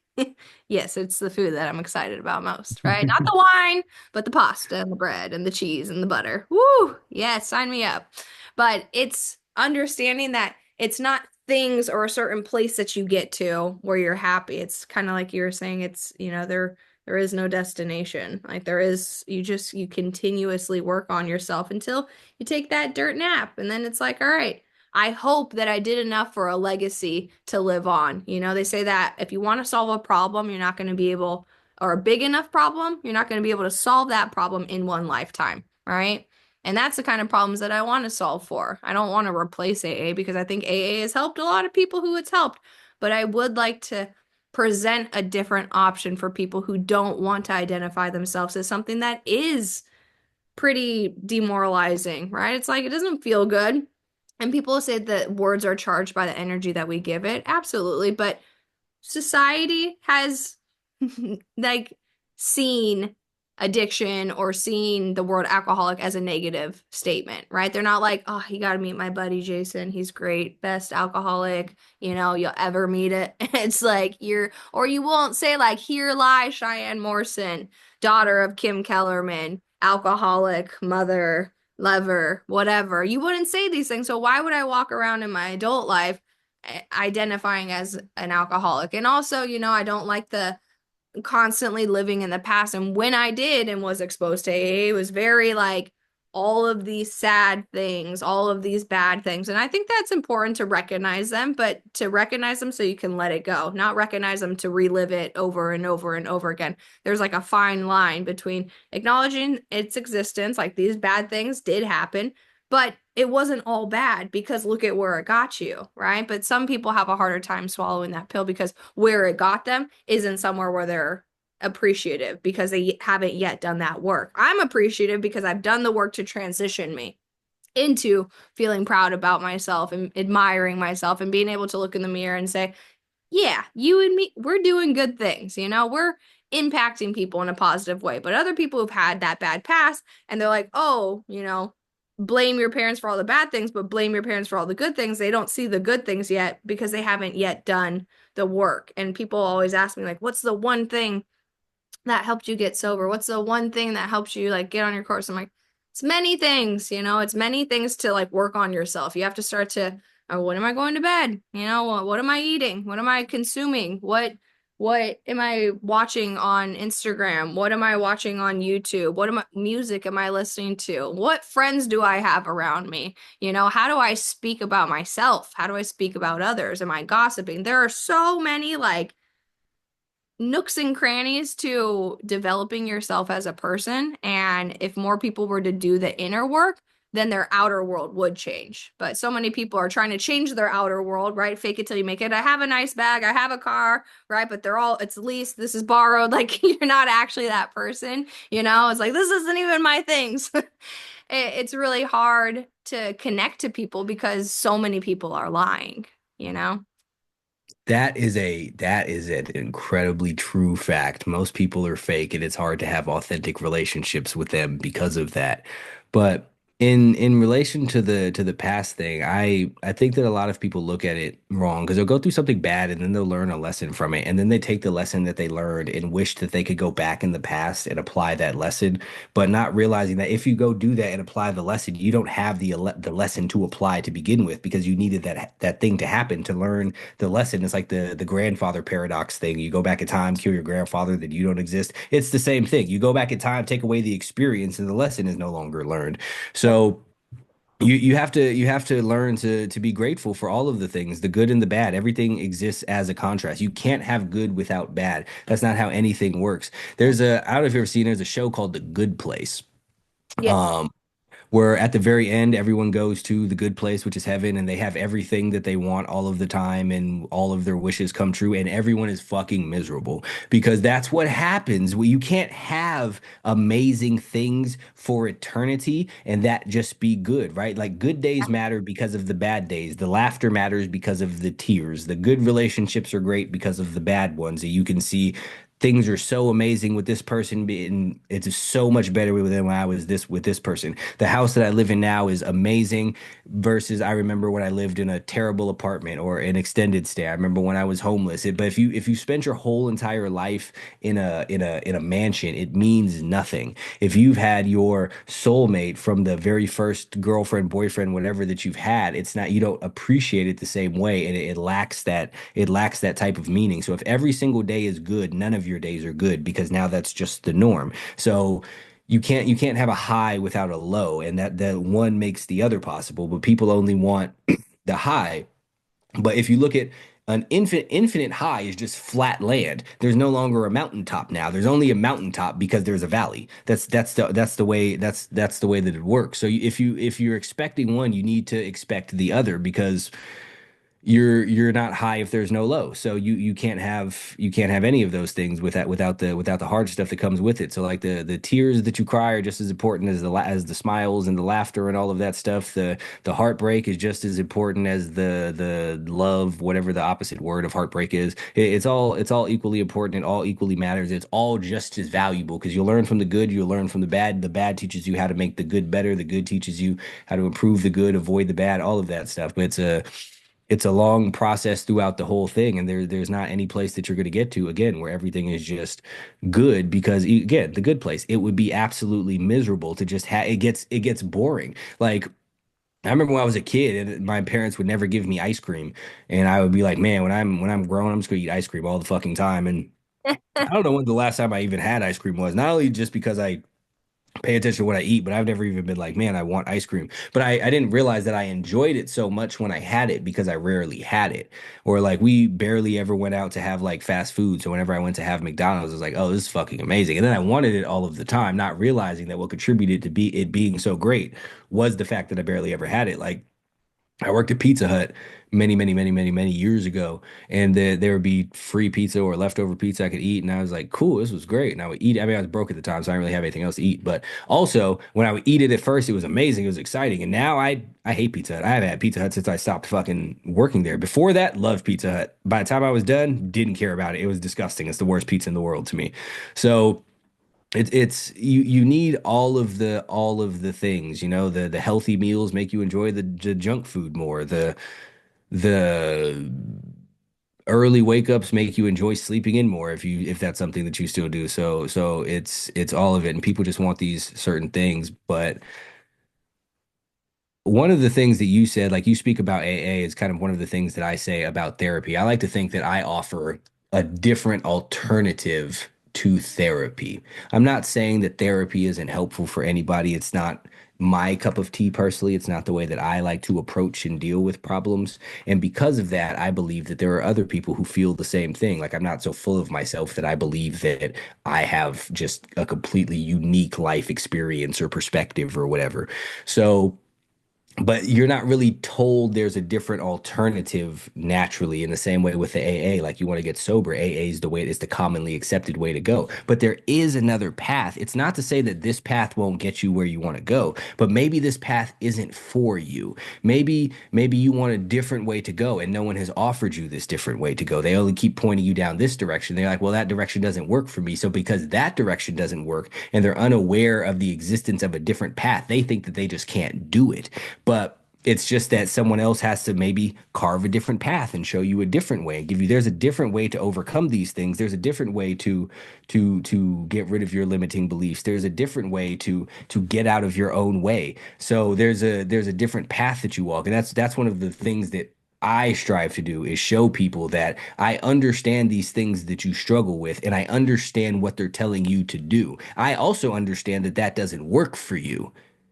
Here's what might. Try this out. And then So again, yeah, I know that's not a thing that, like you said, is a single lifetime. It's not a thing that I'm just like single-handedly gonna change the way the whole entire world operates, but I can affect who I can affect, and that's what matters. Mhm. Yeah, it's different alternatives, carving that path. And when I carve this path, it's not like I'm the only one who's ever, not been about AA. There's many other different programs and this and that and therapies and coaches and whatever. But I had something different. I essentially made the community that it is that I have today, formulated to please me, to make me better with my sobriety, right? When it was really beneficial in the beginning to have that, right? Because the opposite of addiction isn't sobriety. The opposite of addiction is connection.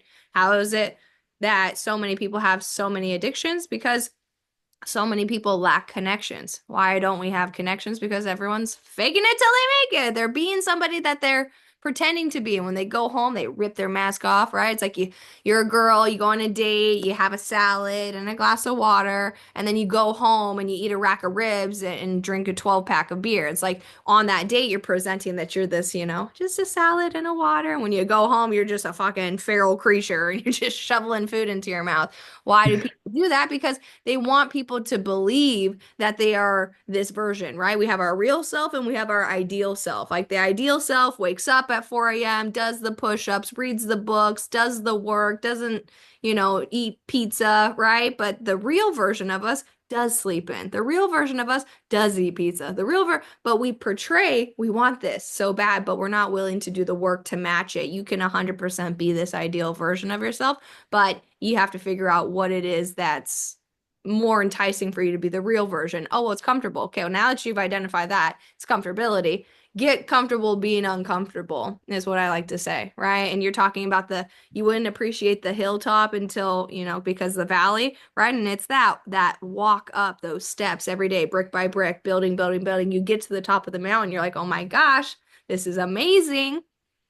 Right in front of you is Mount freaking Everest. You're like, holy shit, there's another, not a mountain. This is freaking huge. I got the next one in front of me. And in Burbank, in California, where I grew up, they had this place. It was called the Wisdom Tree. And when you get to the top of one mountain, you think like you're so much closer. But when you look to the left, there's like all these ridge lines, and you have to go up them to get to the little fucking tree that everybody goes to, and you think that you're at the top, but really you're like, oh, and it's so painful. But by the time you get to the tree, you sit down, you take your shirt off, you wipe your sweat, you drink some water, you're like, I did that. And that's how I see any challenge, was comparably to that hike. Like there are many things that I don't want to do on a day-to-day basis, but I do it anyways, and I do it with a smile. And I tell myself that I don't have to do any of this. I get to, and that changes my perspective on it entirely. Like when you believe that you really don't have to do any of this, like I can literally just be a bum and that be fine. But I don't respect that version of myself. I respect the version of myself that goes and does the harder thing, the one that, wakes up and goes on her runs and walks her dogs and makes breakfast for both me and Lou and cleans the house and then continues to work and change people's lives. And that's the version of myself that I'm like, yeah, sometimes it's daunting, sometimes it's tiring, sometimes I don't want to do it, but I do it anyways because I know that it's helping build me into that person that I admire and the person that I want to be, And without that hardship, without that work, there wouldn't be anything that a person can respect. Like, oh, I respect you because you did those things. And I see that you did those things because your body resembles it or you have the money. You hear a lot of millionaires are like, the first million is the hardest to make. After that first million, you just make millions and millions and millions, right? And a lot of those entrepreneurs or business owners will say like I miss the climb of that first million. Like I miss that hardship of that first million because now that I've made that first million, like it's clockwork. And you have guys like Grant Cardone. Grant Cardone is interesting, but he had a show where he went in and made a $1 million again. Like in 30 days, I'll make $1 million from a dead business. And I'm like, now I'm intrigued to watch this. And he did it. He's a G. He's great. Yeah, I think I think that, like you said, with the ideal version of you versus the real version of you, I think that a lot of people lie to themselves about what it is that they truly value. Because I believe that everyone has what it is that they value the most, and most people just lie to themselves about what that is, right? Like, so for example, you have tattoos. All tattoos are painful to some degree. Some people, exactly. Some people lie about it, right? But the fact that I have all of these tattoos said that I value having tattoos more than I value not being in pain. Or the fact that someone has abs, they value that more than they value eating whatever it is that they want to do. But when you look at the people on the other end, the fat person, they value the pleasure that they get from eating the food more than they do the body that they claim to want. When you see the lazy person, they value the time to do nothing and watching Netflix and playing video games more than they do the life that they claim to want. And as long as what you want doesn't outweigh what it is that you're currently doing. Like, as long as you don't want what you want more than you want to do what you're currently doing, until you value the version of you that you want to be more than you value the version that you are, you're always going to be stuck where it is that you are, because everything is kind of like a value judgment in the moment. My alarm goes off and I get to make a choice. Do I, well, my alarm's across my room, but do I hit snooze or do I get up and get out of bed? But I value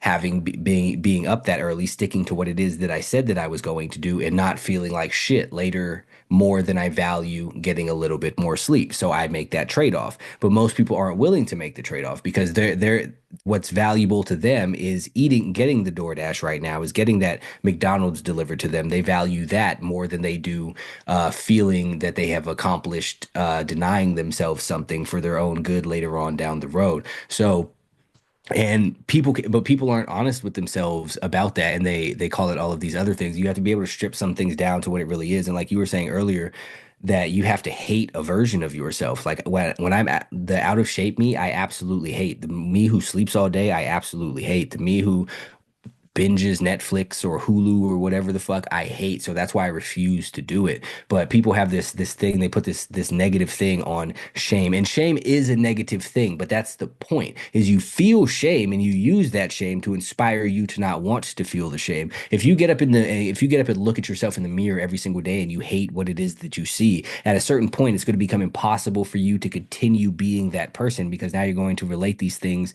that you do to that hatred that you have for yourself when you look at yourself, when you're sitting there thinking about, oh, I must have this fucking 24-foot sandwich or whatever the hell people eat. You're going to sit there and look, but damn, that's making me this version of me that I hate. That's making me this version of me who can't walk up the stairs, who can't speak for long periods of time without running out of breath. That's making me all of this shit that I hate. So you need to be able to be honest with yourself about that and be like, with the that's why I hate the you should love yourself no matter what narrative. That's a nonsensical thing, because if I loved myself no matter what, then everything is equally as good. And why would I not just do whatever it is that felt best? If I love 400-pound me the same as I love 180-pound me, why would I want to be that version? Because it's more enjoyable to create that version of me than it is to create this version of me. And if they're both equally as good, why would I pick the harder thing? Why would I not do the fun thing? If I love poor me just as much as I love successful me, why would I do the work of being successful when I could just be poor and happy the same way? So it's like with the body positivity thing. You should love your body no matter what. No, that's absolutely fucking ridiculous. If you loved your body, you wouldn't be treating it like shit and getting it all disfigured and stretched out like that because you can't stop stuffing your face. Like that's not love. It's the same premise if you take it in the other direction. You should love your partner no matter what. Okay, what if they cheat on you? What if they slap you? What if they start doing all kinds of drugs or stealing your shit, or they go beat up your mom or some shit? Like, you have standards for other people. You need to have these same standards for yourself. And just as you would remove your partner who goes and robs your grandma, I don't know why this direction I went, but you would remove your you would remove your partner who does these things. You should remove the version of yourself who's doing the equivalent of that to you, who's going against your standards, breaking your boundaries, and doing the things that you find intolerable, like lying to yourself. If your partner lied to you all day, then you're going to want to leave them. But you're fine lying to yourself, saying you're going to start tomorrow, saying you're going to go to the gym, saying you're going to get sober, saying you're going to eat better, saying you're not going to allow people to cross your boundaries. Every time you say that and don't do it, you've lied to yourself. So you don't trust you, and you wouldn't stay with a partner that you won't trust. Well, some people would, but that's a whole different story. But if you wouldn't tolerate it from other people, you damn sure shouldn't tolerate it from yourself. Yeah. No, 100%. What you said, like you're lying to yourself. Like you expect your partner to not do these things, but you do it to yourself voluntarily. Like you have to have standards, and that's the thing that people lack is having those set of standards. And I totally agree with you. And the values thing, right? Like we have stage 4 in the 7 stages that I take people through, right? To get them to their passion, right? Like figure out your future plan. Values is stage 4 because what do you value is what you're going to prioritize. People will say, I value education and learning, but they're scrolling on Instagram or watching TV all day. So you don't, there we go. Oh, are you back? Okay. I was Yep, saying, yep, yep, yep. we're back. Values, what you value is what you'll prioritize. So if I value education and learning, then my ass is reading and studying. I'm not watching TV before I go to bed. My book is on my pillow when I make my bed in the morning. Why? Because it shows me that's my cue, right? Cue, reward, response, or whatever. It shows me like that's what we're doing when we go to bed. We're not scrolling on our phone till odd hours of the night. We are reading a book, getting super tired, and passing out by 9, right? It's like you have to do the things that it is that you value. And I think when people stop lying to themselves, they will get clarity on that, right? But that's the hard part, right? Is being truthful with yourself and basically auditing yourself and having some inner inquiry about like what is actually going on in my inner world and how am I able to change it, you know?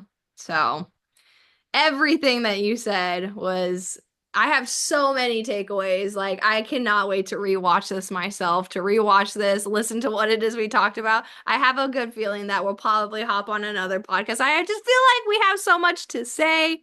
I don't know, but I think 3 hours is a good place to talk Absolutely. this one. I looked at the time. I'm like, I didn't even realize it was that long. Yeah. I was like, that didn't feel like 3 hours, but that's what I mean. We're having conversations about things that like put a fire under our asses and are like, yes, this is the things that we want to hear. But I'm also so excited for the girls in the community to listen to this 3 hour because you so many just nuggets of wisdom and perspective, and that's exactly what it is that I wanted out of this podcast, and I got exactly what it was that I was hoping for. I had no expectations, but I was like, let's just hope that is from our first conversation. I'm like, this is gonna be the shit, absolutely. So I appreciate you taking 3 hours out of your Saturday morning.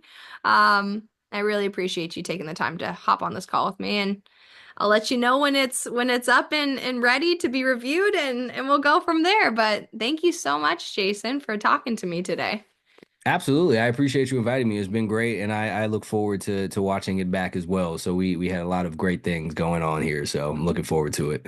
Absolutely. Another 3 hours. We're not gonna binge watch Netflix. We're gonna watch a 3 hour podcast that we were both involved in. I love it. Well, I hope you have a amazing rest of your Saturday morning. And I'm gonna hit you up with a couple questions that I had about the podcast. Like Perfect. I want to know some things, but I'll hit you up and I'll talk to you soon. Thank you so much. Sounds great. All right. Have a good one. Thank you. Bye, Jason. Bye.